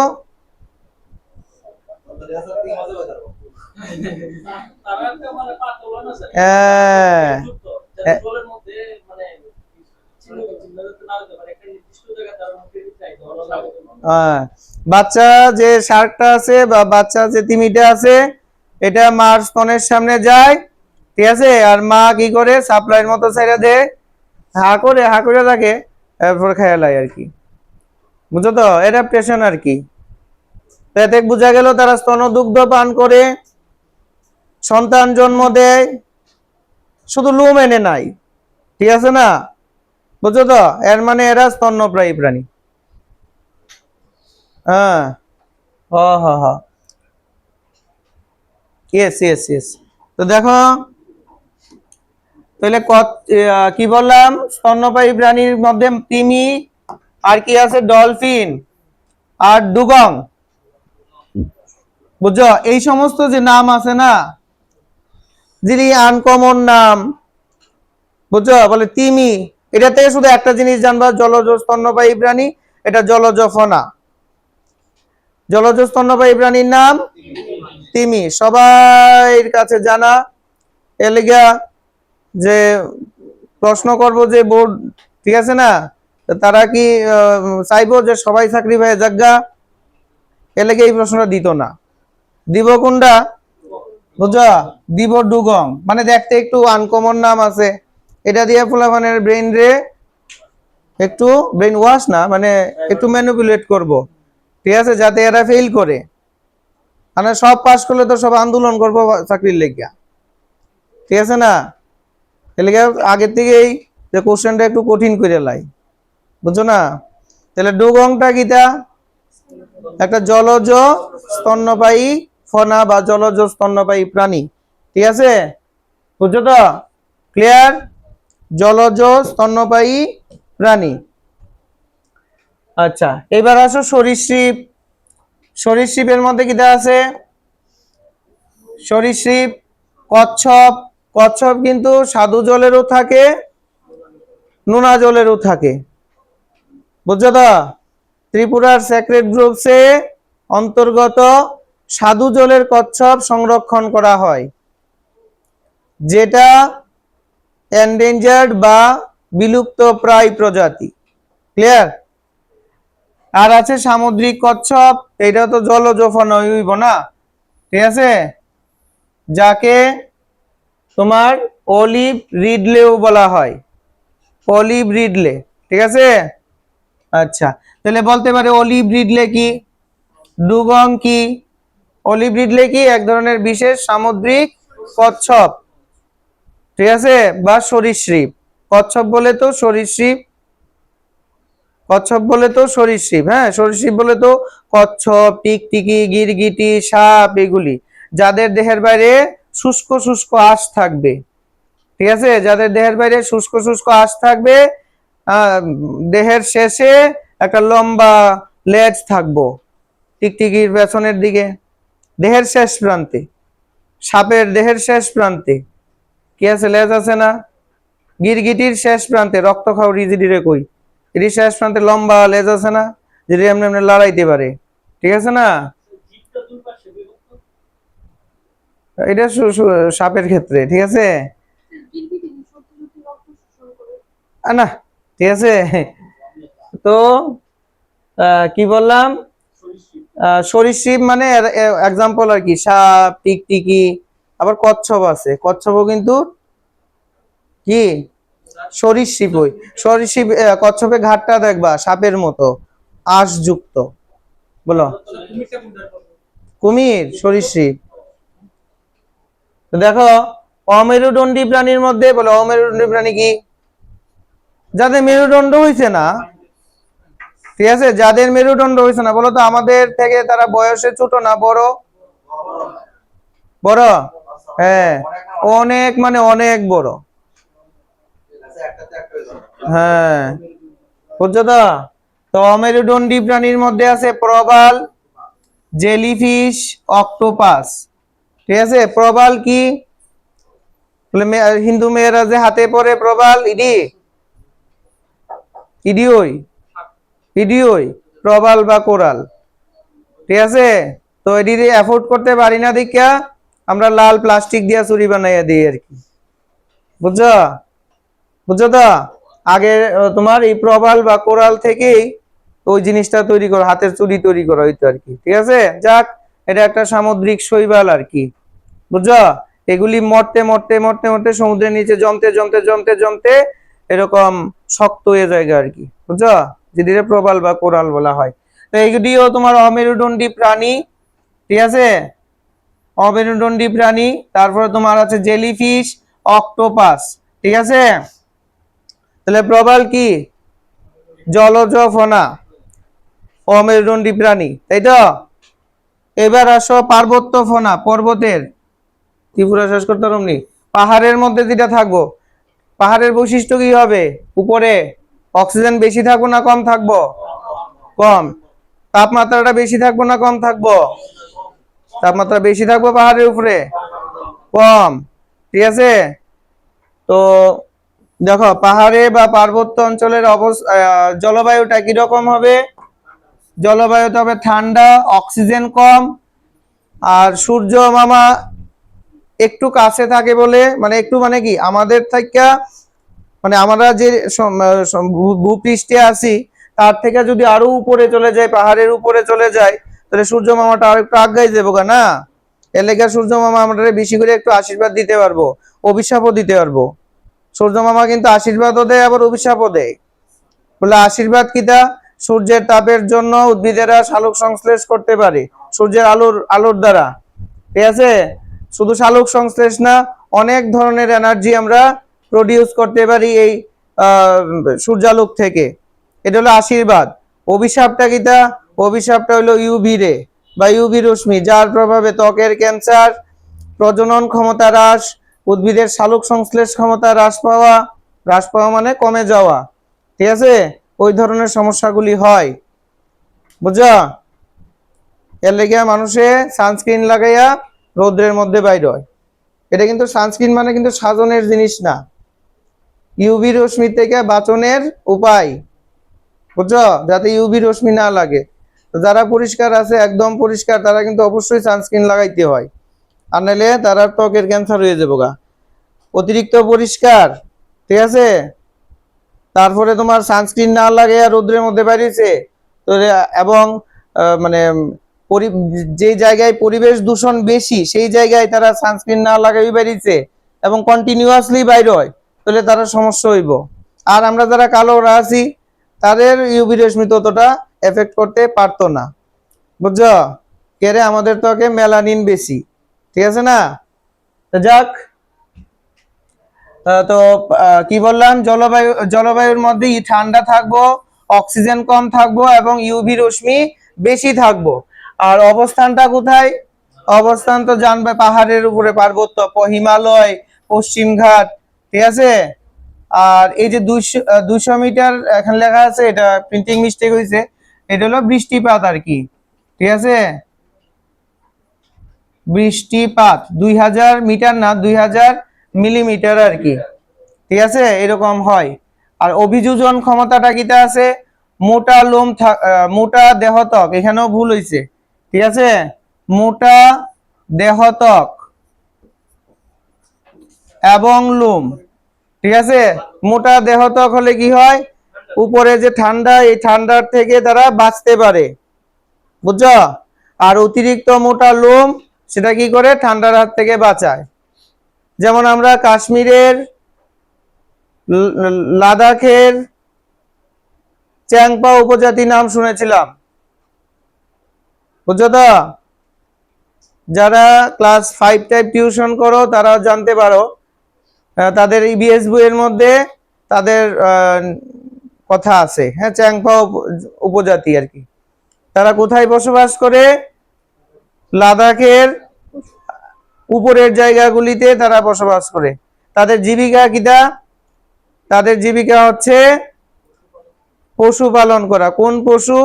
ভেড়া প্রতিপালন করা, ঠিক আছে।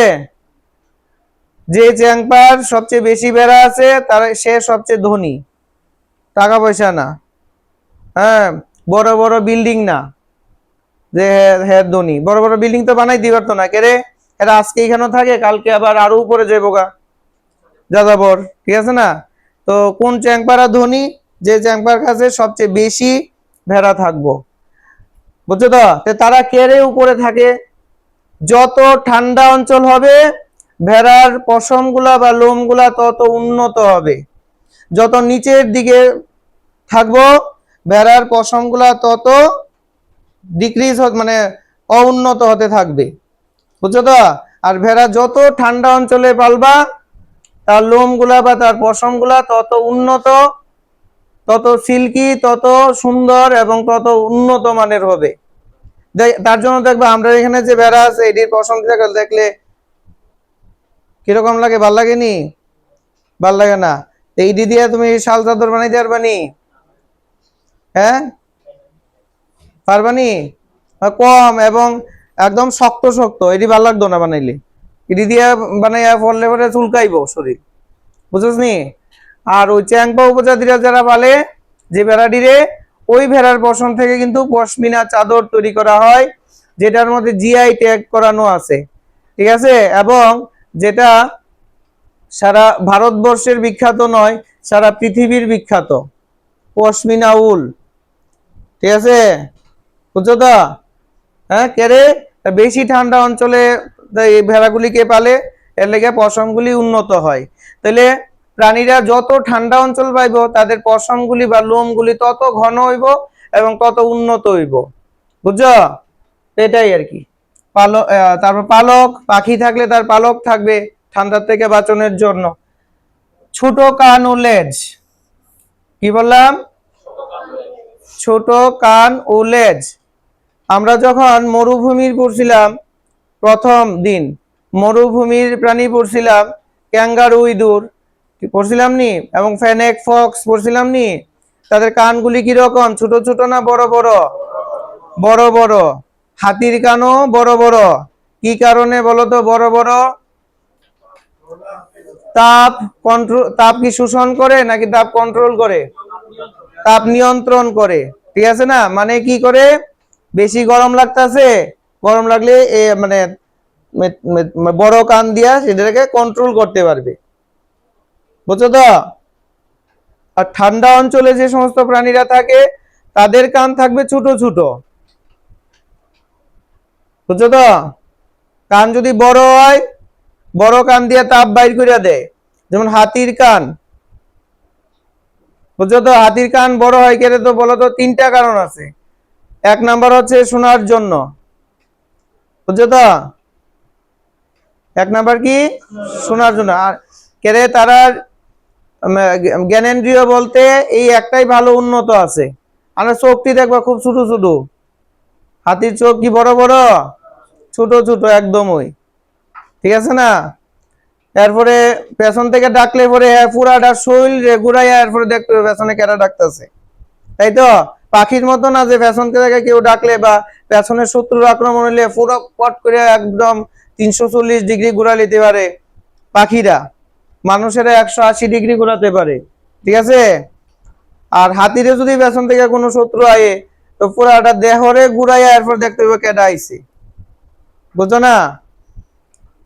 তো হাতির জ্ঞানেন্দ্রিয় বলতে একটাই উন্নত আছে, এটা হলো কান। হ্যাঁ, বেশি বড় হওয়ার কারণে সে ভালো শুনতে পারে, বুঝছো? তারপরে হাতি তো একটু গরম অঞ্চলে বা একটু পাহাড় অঞ্চলে থাকে, তো এই বড় বড় কান দিয়ে তারা কি করতে পারে? তাপটা বাইর করে দিতে পারে। দেখবা কানের মধ্যে অনেকগুলি রক্ত জলকও থাকে, বুঝছো তো? এটা দিয়ে তারা দেহের তাপ বাইর করে দিতে পারে বেশি যখন গরম লাগে। তারপরে হইলো এটা আবার পাখার মতো কাজ করে, চলতে চলতে লড়ায়, বুঝছো তো? এটি বড় বড় পাখার মতো কাজ করে। যাক, ছোট, হ্যাঁ, দেহের ভারসাম্য নিয়ন্ত্রণ করে। এটা সবার কানই দেহের ভারসাম্য নিয়ন্ত্রণ করে, তবে ভেতরের কানটা, কানটা তিনটা থাকে, আমরা 6টা কান থাকে। হ্যাঁ, এমনি তো দুইটা দেখি আমরা, এইটির ভেতরে আরো দুইটা দুইটা করে আছে, বহিকর্ণ, মধ্যকর্ণ, অন্তকর্ণ। এটারও আছে বহিকর্ণ, মধ্যকর্ণ, অন্তকর্ণ। এই অন্তকর্ণ গুলাই আমাদের দেহের ভারসাম্য নিয়ন্ত্রণ করে। যেমন জলজ ফনার মাছ আসলো, মাছের বলো তো কান আসেনি? হ্যাঁ, মাছের কান আছে? মাছের কান নাই, কান কোয়া আছে, জিডির ভিতরে ফুলকা থাকে, কান নাই, ঠিক আছে? এরকম বলা যায় না। মাছের কিন্তু অন্তকর্ণ আছে, জিডির সাহায্যে তারা দেহের ভারসাম্য নিয়ন্ত্রণ করে, নাকি তা? সাপেরও সেম, সাপের কান আছে নি? সাপ কিন্তু শুনতে পারে না, বুঝছো? সাপরে জোরে জোরে চিল্লাইলেও আর শুনতো না, বুঝছো? হ্যাঁ, তারা স্পন্দন অনুভব করে চলে, বুঝছো তো? বুঝছো? এরকম করে করলে বাতাসের আন্দোলনটা যেদিকে যায় তারা এমনি এমনি রিয়েক্ট করবে, বুঝছো তো? তো যাক, সাপেরও কিন্তু কান থাকে না, তারাও কিন্তু দেহের ভারসাম্য রক্ষা করে কিসের সাহায্যে? অন্তকর্ণের সাহায্যে, বুঝছো? বহিকর্ণ আর মধ্যকর্ণ শুনতে সাহায্য করে, অন্তকর্ণ দেহের ভারসাম্য এবং শুনতে দুটোটাই সাহায্য করে, ঠিক আছে? এখানে অন্তকর্ণের মধ্যে আবার অডিটরি নার্ভ টার্ভ থাকে। তো যাই হোক, এবার আসো বড় ফুসফুস।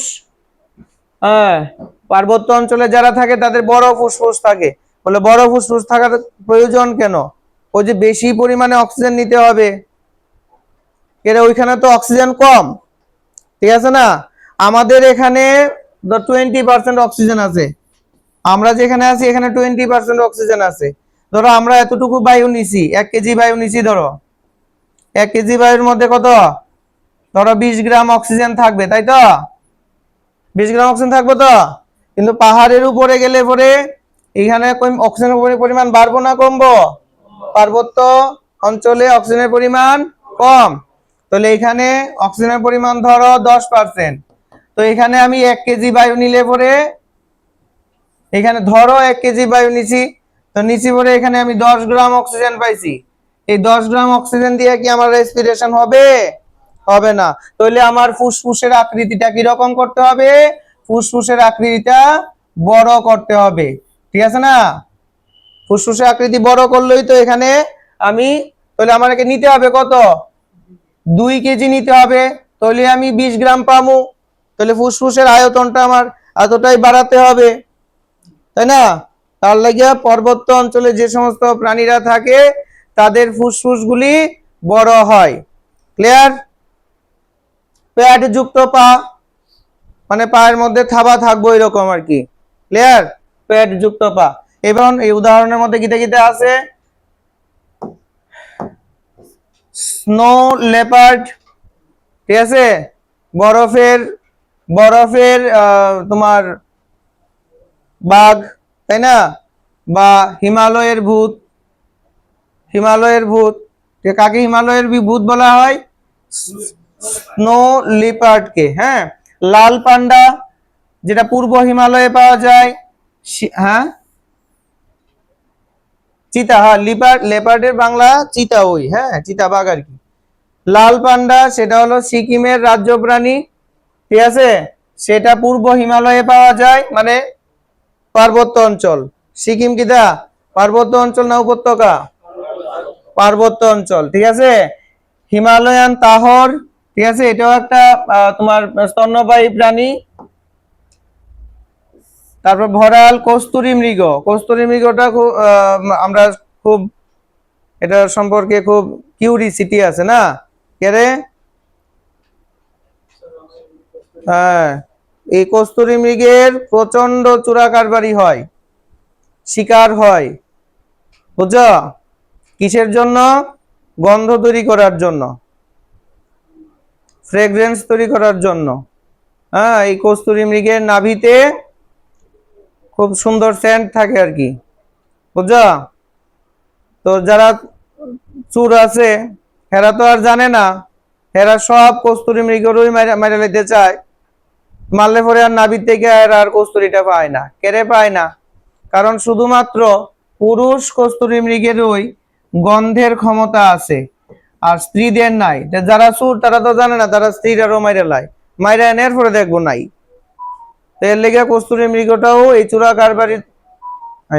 চোরা কারবারি হওয়ার জন্য বা চোরা কারবার হওয়ার জন্য কি হয়, এন্ডেঞ্জার্ড হয়ে গেছে, বুঝছো তো? ক্লিয়ার? এবার হিমালয়ান কালো ভাল্লুক, এটাও এটাও তোমার এন্ডেঞ্জার্ড এবং পার্বত্য একটি ফনা। 2 নাম্বার আসো পাখি, পাখির মধ্যে আছে মোনাল, ঠিক আছে, মোনাল হচ্ছে হিমাচলের রাজ্য পাখি। এখানে 2টা নাম পাইছো দেখো, একটা হচ্ছে তোমার সিকিমের রাজ্য প্রাণীর নাম কি? সিকিমের রাজ্য প্রাণীর নাম হচ্ছে লাল পান্ডা, তাই না? সিকিমের রাজ্য প্রাণীর নাম কি? লাল পান্ডা। আর হিমাচলের রাজ্য পাখি, হিমাচলের রাজ্য পাখির নাম কি? মোনাল, ঠিক আছে, হিমাচলের রাজ্য প্রাণীর নাম কি? মোনাল, ঠিক আছে। নেক্সট আসো তোমার সরীসৃপ, হিমালয়ান পিট ভাইপার, এক ধরনের সাপ, এটাও তোমার একটি পার্বত্য ফনা। ক্লিয়ার? এইবার আসো, এই যে ঠান্ডায় প্রাণীর কান, লেজ, পা এগুলি ছোট হয়, কি কারণে ছোট হয়? তাপ সংরক্ষণ করার জন্য, ঠিক আছে। ঠান্ডা অঞ্চলের মধ্যে যে সমস্ত প্রাণী আছে এই সমস্ত প্রাণীদের পা, লেজ এবং কান ছোট হয়, তাই তো? কেন ছোট হয়? এরা দেহের তাপ সংরক্ষণ করে। আর এই রুলসটা বা এই নিয়মটা আবিষ্কার করছিলেন, মানে লক্ষ্য করছেন একজন বিজ্ঞানী, যে আরে ঠিকই তো, যারা গরম অঞ্চলে থাকে তাদের পা, লেজ এবং যে কান এগুলি বড় বড়। মরু অঞ্চলে যে আমরা পড়াইছিলাম উটের পা লম্বা, ঠিক আছে না? ফেনেক ফক্সের কান লম্বা। অর্থাৎ গরম অঞ্চলে যে সমস্ত প্রাণীরা আছে তাদের কান বড় বড়, আর শীতল অঞ্চলে যে সমস্ত প্রাণী আছে তাদের কান, পা, লেজ এগুলি ছোট ছোট। হ্যাঁ, তো এটা দেখছে কে? বিজ্ঞানী অ্যালেন্স দেখছে, দেখে সেটা এটার উপর পরীক্ষা নিরীক্ষা করছে, কইরা দেখছে যে তাদের এই পা, কান, লেজ তাপ নিয়ন্ত্রণ করে। ছোট হলে তাপ সংরক্ষণ করে, বড় হলে তাপ বাইর কইরা দেয়, ঠিক আছে। যেমন হাতির কান তাপ বাইর কইরা দেয়। এটাকে অ্যালেন্স রুলস বলা হয়। এটাকে কি বলা হয়? অ্যালেন্স রুলস বলা হয়। দেখো, অ্যালেন্স রুলস অনুযায়ী ঠান্ডায় প্রাণীর কান কেমন হবে? কেমন হবে?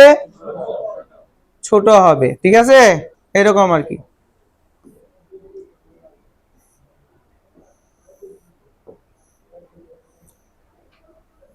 এবার আসো ত্রিপুরার ফনা, এটা তো আমরা সবাই জানি। ত্রিপুরার 70% অঞ্চল কি পাহাড়ে ঢাকা, পাহাড় পর্বত। আর সব পাহাড়ের মধ্যে কি বনভূমি আছেন? কিছু কিছু পাহাড় তো বঞ্জরও আছে, তাই না? তা তার জন্য ত্রিপুরায় 60% অঞ্চলই বনভূমি আছে। ঠিক আছে, ত্রিপুরায় বনাঞ্চল কত? 60%। ঠিক আছে, আচ্ছা। এই 60% বনাঞ্চলের মধ্যে, এই 60% বনাঞ্চলের মধ্যে ত্রিপুরার ফনাগুলিকে লক্ষ্য করা যায়। ঠিক আছে, কি কি আছে এই ফনার মধ্যে আমরা পড়ব। কি কি পর্ব? ত্রিপুরার যে জীব বৈচিত্র্য, এই বৈচিত্র্যটা কোন হটস্পটের অংশ? সেটা হচ্ছে ইন্দো বার্মা হটস্পটের অঞ্চল। বলে এই হটস্পট কিটা? ইন্দো বার্মাটাই কিটা? এটা তো মাথাতে ঢুকছে না। ঢুকছে? ঢুকছে না। হটস্পট কিটা? মোবাইলের হটস্পট, যেটা দিয়া ডেটা কি করন যায়, এরকম হটস্পট কি এরকম? তাহলে কি রকম? একটা নির্দিষ্ট অঞ্চল, যে নির্দিষ্ট অঞ্চলে এন্ডেঞ্জার্ড স্পিসিস থাকবে সেই অঞ্চলটাকে বলা হয় হটস্পট। এখানে হট মানে, এখানে হট মানে বিপদ, ঠিক আছে? আর স্পট মানে হচ্ছে একটা জায়গা, বিপদের জায়গা। তবে তোমার বিপদ নয়, কার বিপদ? কোনো না কোনো জীবের প্রজাতি, এখানে তার প্রজাতিটা বিপদে আছে, মানে তার প্রজাতিটা বিলুপ্তি হওয়ার পথে, মানে তারা বিপন্ন হয়ে যাচ্ছে। বুঝা গেছে নি হটস্পট কিটা বলছি? সারা পৃথিবীতে, সারা পৃথিবীতে আছে কয়টা হটস্পট জানো? 36টা হটস্পট আছে সারা পৃথিবীতে। 2021 সাল অবধি গণনা করা হয়েছে, সারা পৃথিবীতে 36টা হটস্পট আছে। তার মধ্যে আমাদের ভারতে আছে কয়টা জানো? হ্যাঁ, ভারতে আছে আমরা 4টা হটস্পট। ভারতে কয়টা হটস্পট আছে? 4টা হটস্পট আছে। গীতা গীতা, একটা হলো পশ্চিম ঘাট, 2 নাম্বার হলো পূর্ব ঘাট, western Himalayas, eastern Himalayas, Indo Burma, আর 4 নাম্বার হলো সুন্দাল্যান্ড। কয়টা হয়েছে? 4টা হটস্পট। এই ভারতের 4টা হটস্পটের মধ্যে আমাদের ত্রিপুরা কোন হটস্পটের মধ্যে পড়ে? ইন্দো বার্মা হটস্পটের মধ্যে পড়ে। অর্থাৎ আমাদের ত্রিপুরা হটস্পট, এর মানে কি আমাদের ত্রিপুরায় কোনো না কোনো জীবের প্রজাতি বা অনেক প্রজাতি কি আছে? বিলুপ্তি হওয়ার পথে আছে। ক্লিয়ার? আচ্ছা, এইবার আসো, এই যে দেখো নিচের লাইনটাতেই লেখা আছে পৃথিবীর 7টি প্রাইমেট প্রজাতি আমাদের এই ভারতে, সরি ভারতের এই ত্রিপুরায় আছে। বুঝছো? 7টা প্রাইমেট বর্গের প্রাণী পাওয়া যায়। এই 7টা প্রাইমেট প্রাণীর মধ্যে 5টা প্রাইমেটই কি এন্ডেঞ্জার্ড। বুঝছো? বলে প্রাইমেট কিটা? প্রাইমেট হচ্ছে একটা, ধরে নাও তোমরা একটা গ্রুপ অফ অ্যানিমেল। ঠিক আছে, বুঝা গেল? আচ্ছা, এইবার দেখা যাচ্ছে, দেখা যাইতেছে না?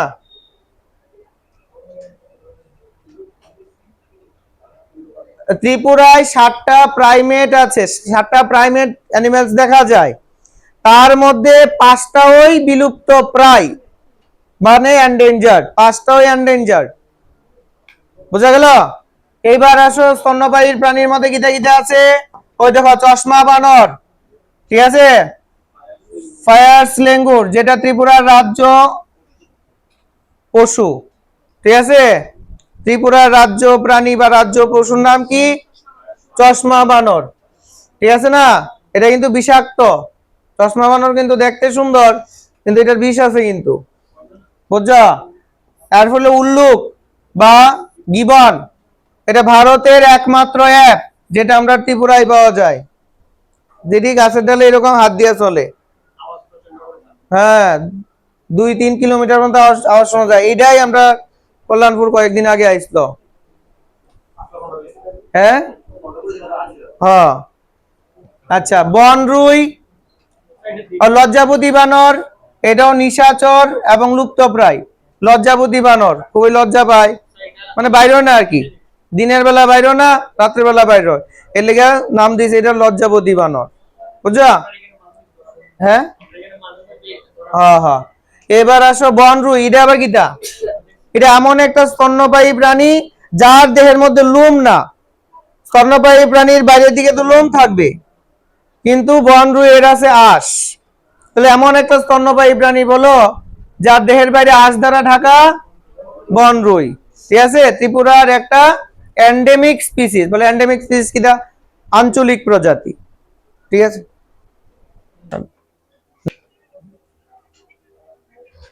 লজ্জাপতি বানরের পরে বললাম যে বনরুই। হ্যাঁ, বনরুই আরেকটা স্তন্যপায়ী প্রাণী, তার নামের মধ্যে রুই আছে। তো তোমরা ভাবতে পারো এটা মাছ, কিন্তু এটা মাছ না। এটা কি? স্তন্যপায়ী প্রাণী যার দেহের বাইরে আঁশ আছে, বুঝছো? এটাই বলতাম আর কি, যে আঁশযুক্ত একটা স্তন্যপায়ী প্রাণী যেটা অবলুপ্তির পথে বা এন্ডেঞ্জার, তার নাম কি? বনরুই। ঠিক আছে, এছাড়া হাতি, চিতাবাঘ আর বন্য শুকর, এদের ত্রিপুরার এন্ডেমিক স্পিসিস হই। ঠিক আছে, পাখির মধ্যে ত্রিপুরায় 300+ প্রজাতির পাখি দেখা যায়। তবে তাদের মধ্যে ইম্পর্টেন্ট পাখি হলো ধনেশ, ময়ূর, মথুরা। ঠিক আছে, আছে এখানে, বুঝছো? এবার আসো, তার মধ্যে আরো ইম্পর্টেন্ট পাখি আছে। এগুলি কি কি আছে? তো রাজ্য পাখির নাম হচ্ছে সবুজ রাজকীয় কবুতর। ঠিক আছে, বা কপুত, বুঝছো? ত্রিপুরা রাজ্য প্রাণী কি? এই রাজ্য প্রাণী কোনটা? ফায়ার্স লেঙ্গুর বা চশমা বানর। রাজ্য পাখি কি? গ্রিন ইম্পেরিয়াল পিজন, মানে সবুজ রাজকীয় কপুত।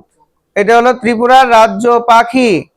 হর্নবিল কিন্তু ত্রিপুরার রাজ্য পাখি না, নাগাল্যান্ড, অরুণাচল প্রদেশ, এটির রাজ্য পাখি হলো হর্নবিল, বুঝছো? এবার আরো অনেক পাখি দেখা যায়। সাদা পিঠের শকুন, যেটা খোয়াইতে প্রচুর দেখা গেছে। ঠিক আছে, গ্রেট সেল্টি উডপেকার, কাঠঠুকরা। ঠিক আছে, এটা গোমতী এবং খোয়াই জেলায় দেখা যায়। কালিম, যেটাকে আমরা বালি হাঁস বলি, মাইগ্রেটরি বার্ডস, অভিবাসী ফোনা। ঠিক আছে, তো এটাও দেখা যায় ভারতে, ত্রিপুরায় স্থানীয় ভাবে। ঠিক আছে, তারপর তোমার কালিফ ফিজেন্ট বা মথুরা, ওই যে, বুঝছো তো? উত্তর ত্রিপুরায় দেখা একটা বিশেষ কালো রং এবং ঘাটটি হলুদ, এইরকম একটা পাখি। ঠিক আছে, হোয়াইট চিকড হিল প্যাট্রিজ। ঠিক আছে, এটাও উত্তর ত্রিপুরায় দেখা যায়। তো তোমাদের প্রশ্ন বলতে পারে, কালো মথুরা ত্রিপুরার কোন জেলায় দেখা যায় বেশি? উত্তর ত্রিপুরায় বেশি দেখা যায়। বলে স্যার আমরা বাড়ির দিকে কালকে দেখছি। তো উত্তরটা তো আইতেই পারে, মানে কোথায় বেশি দেখা যায়? উত্তর ত্রিপুরায়। হ্যাঁ, সাদা পিঠওয়ালা শকুন, ঠিক আছে, ত্রিপুরার কোন জেলায় বেশি দেখা যায়? খোয়াই জেলায়। ঠিক আছে, এরপরে আমরা সরীসৃপের মধ্যে ত্রিপুরায় কোন কোন সাপ বা সরীসৃপ দেখা যায়? কিং কোবরা, অজগর এবং মনিটর লিজার্ড। ঠিক আছে, এগুলি দেখা যায়। এরপরে আছে এই প্রশ্নগুলা দেখবা, তোমরা এই পড়ার মধ্যেই থাকবো, যে কোন প্রাইমেট ক্রান্তীয় বৃষ্টি অরণ্যের বাসিন্দা? রেসাস ম্যাকাক, নাকি সিংহলেজ ম্যাকাক, নাকি হনুমান, নাকি লেঙ্গুর? Yes, rhesus macaque. এটা না, রেসাস ম্যাকাক মানে কিটা? রেসাস ম্যাকাক হইল সাধারণ বানর, যেটিরে আমরা ওই মানে শহরাঞ্চলেও দেখি। হ্যাঁ, যেটার মুখ আর পাছা লাল থাকে, থাকেনি? হ্যাঁ, যেটা মুখ আর পাছা লাল থাকবো, এটা হইলো রেসাস ম্যাকাক। ঠিক আছে, আর সিংহলেজ ম্যাকাক এটার কিন্তু পাছা মুখ এটি লাল থাকতো না, বুঝছো? হ্যাঁ, এটা মানে সাধারণ বানর আর কি, রেসাস মনে রাখবা, সাধারণ বানর। হ্যাঁ হ্যাঁ, বান্দর শ্রেণী। আচ্ছা, ওই যে মালাবার জায়েন্ট এটা স্কোয়ারেল কোথায় পাওয়া যায়? পশ্চিম ঘাট। ঠিক আছে, এরকম প্রশ্নগুলি আনসার পারবা। জলজ ফনা কত প্রকার? ভারতের জাতীয় জলজ প্রাণী কোনটা? হ্যাঁ, এই যে গাঙ্গেয় শুশুক দুডঙ্কের হইব, দুডঙ্ক স্তন্যপায়ী প্রাণী, এই সরি একটা সরীসৃপ, গাঙ্গেয় শুশুক। হ্যাঁ, এটা ওই গঙ্গার ডলফিন আর কি, বুঝছো? ঘড়িয়াল কোন জলের প্রাণী? সাধু জল না সাধু জল? এই যে অলিভ রিডলে কিটা পারবা তো? এটি দুডঙ্কি, আরে সরি দুগঙ্কি কিটা সাধু জলের তো কিটা লেখছে সামুদ্রিক, উভয়চর নাকি স্থলজ? হ্যাঁ, ভালো করে কও। রুই কাতলা কোন ফনার উদাহরণ? পার্বত্য ফনার মধ্যে তোমার কি আছে? যে পার্বত্য ফনার জলবায়ুর বৈশিষ্ট্য গরম, অক্সিজেন বেশি। হ্যাঁ, অ্যালেন্স রুলস অনুযায়ী কান কি রকম হবে? ছোট কান। স্নো লেপার্ডকে কি বলা হয়? Very good. লাল পান্ডা কোন রাজ্যের পশু? ভেরি গুড, রাজ্য পশু। হ্যাঁ, মোনাল কোন রাজ্যের রাজ্য পাখি? হিমাচল। কস্তুরী মৃগ কোন ফনার প্রাণী? পার্বত্য। Very good. পার্বত্য প্রাণীর গায়ে কিটা থাকে? খুর, নখ, প্যাড না পাখনা? প্যাড। Very good. ত্রিপুরার কত শতাংশ এলাকা বনভূমি? ত্রিপুরার রাজ্য পশু কোনটি? চশমা বানর বিজ্ঞানসম্মত নাম কি? ইয়েস ইয়েস ইয়েস, এইটা বুঝছো? হ্যাঁ, ভারতের একমাত্র অ্যাপ কোনটা? হ্যাঁ, উল্লুক। উল্লুকের লেজ আছে? হ্যাঁ, নেই। পাতা নেই হইলে তো দিছে না, পাতা নেই, নাই নাই নাই, লেজ নাই। বনরুই এক ধরনের বিখ্যাত আঁশযুক্ত, আমি ভুল লিখছি, আঁশযুক্ত স্তন্যপায়ী হবে। হ্যাঁ, ত্রিপুরা রাজ্য পাখি? ও আনসার দিয়ে আছে কেন? কালিম পাখির স্থানীয় নাম কো? বালিহাঁস। ঠিক আছে।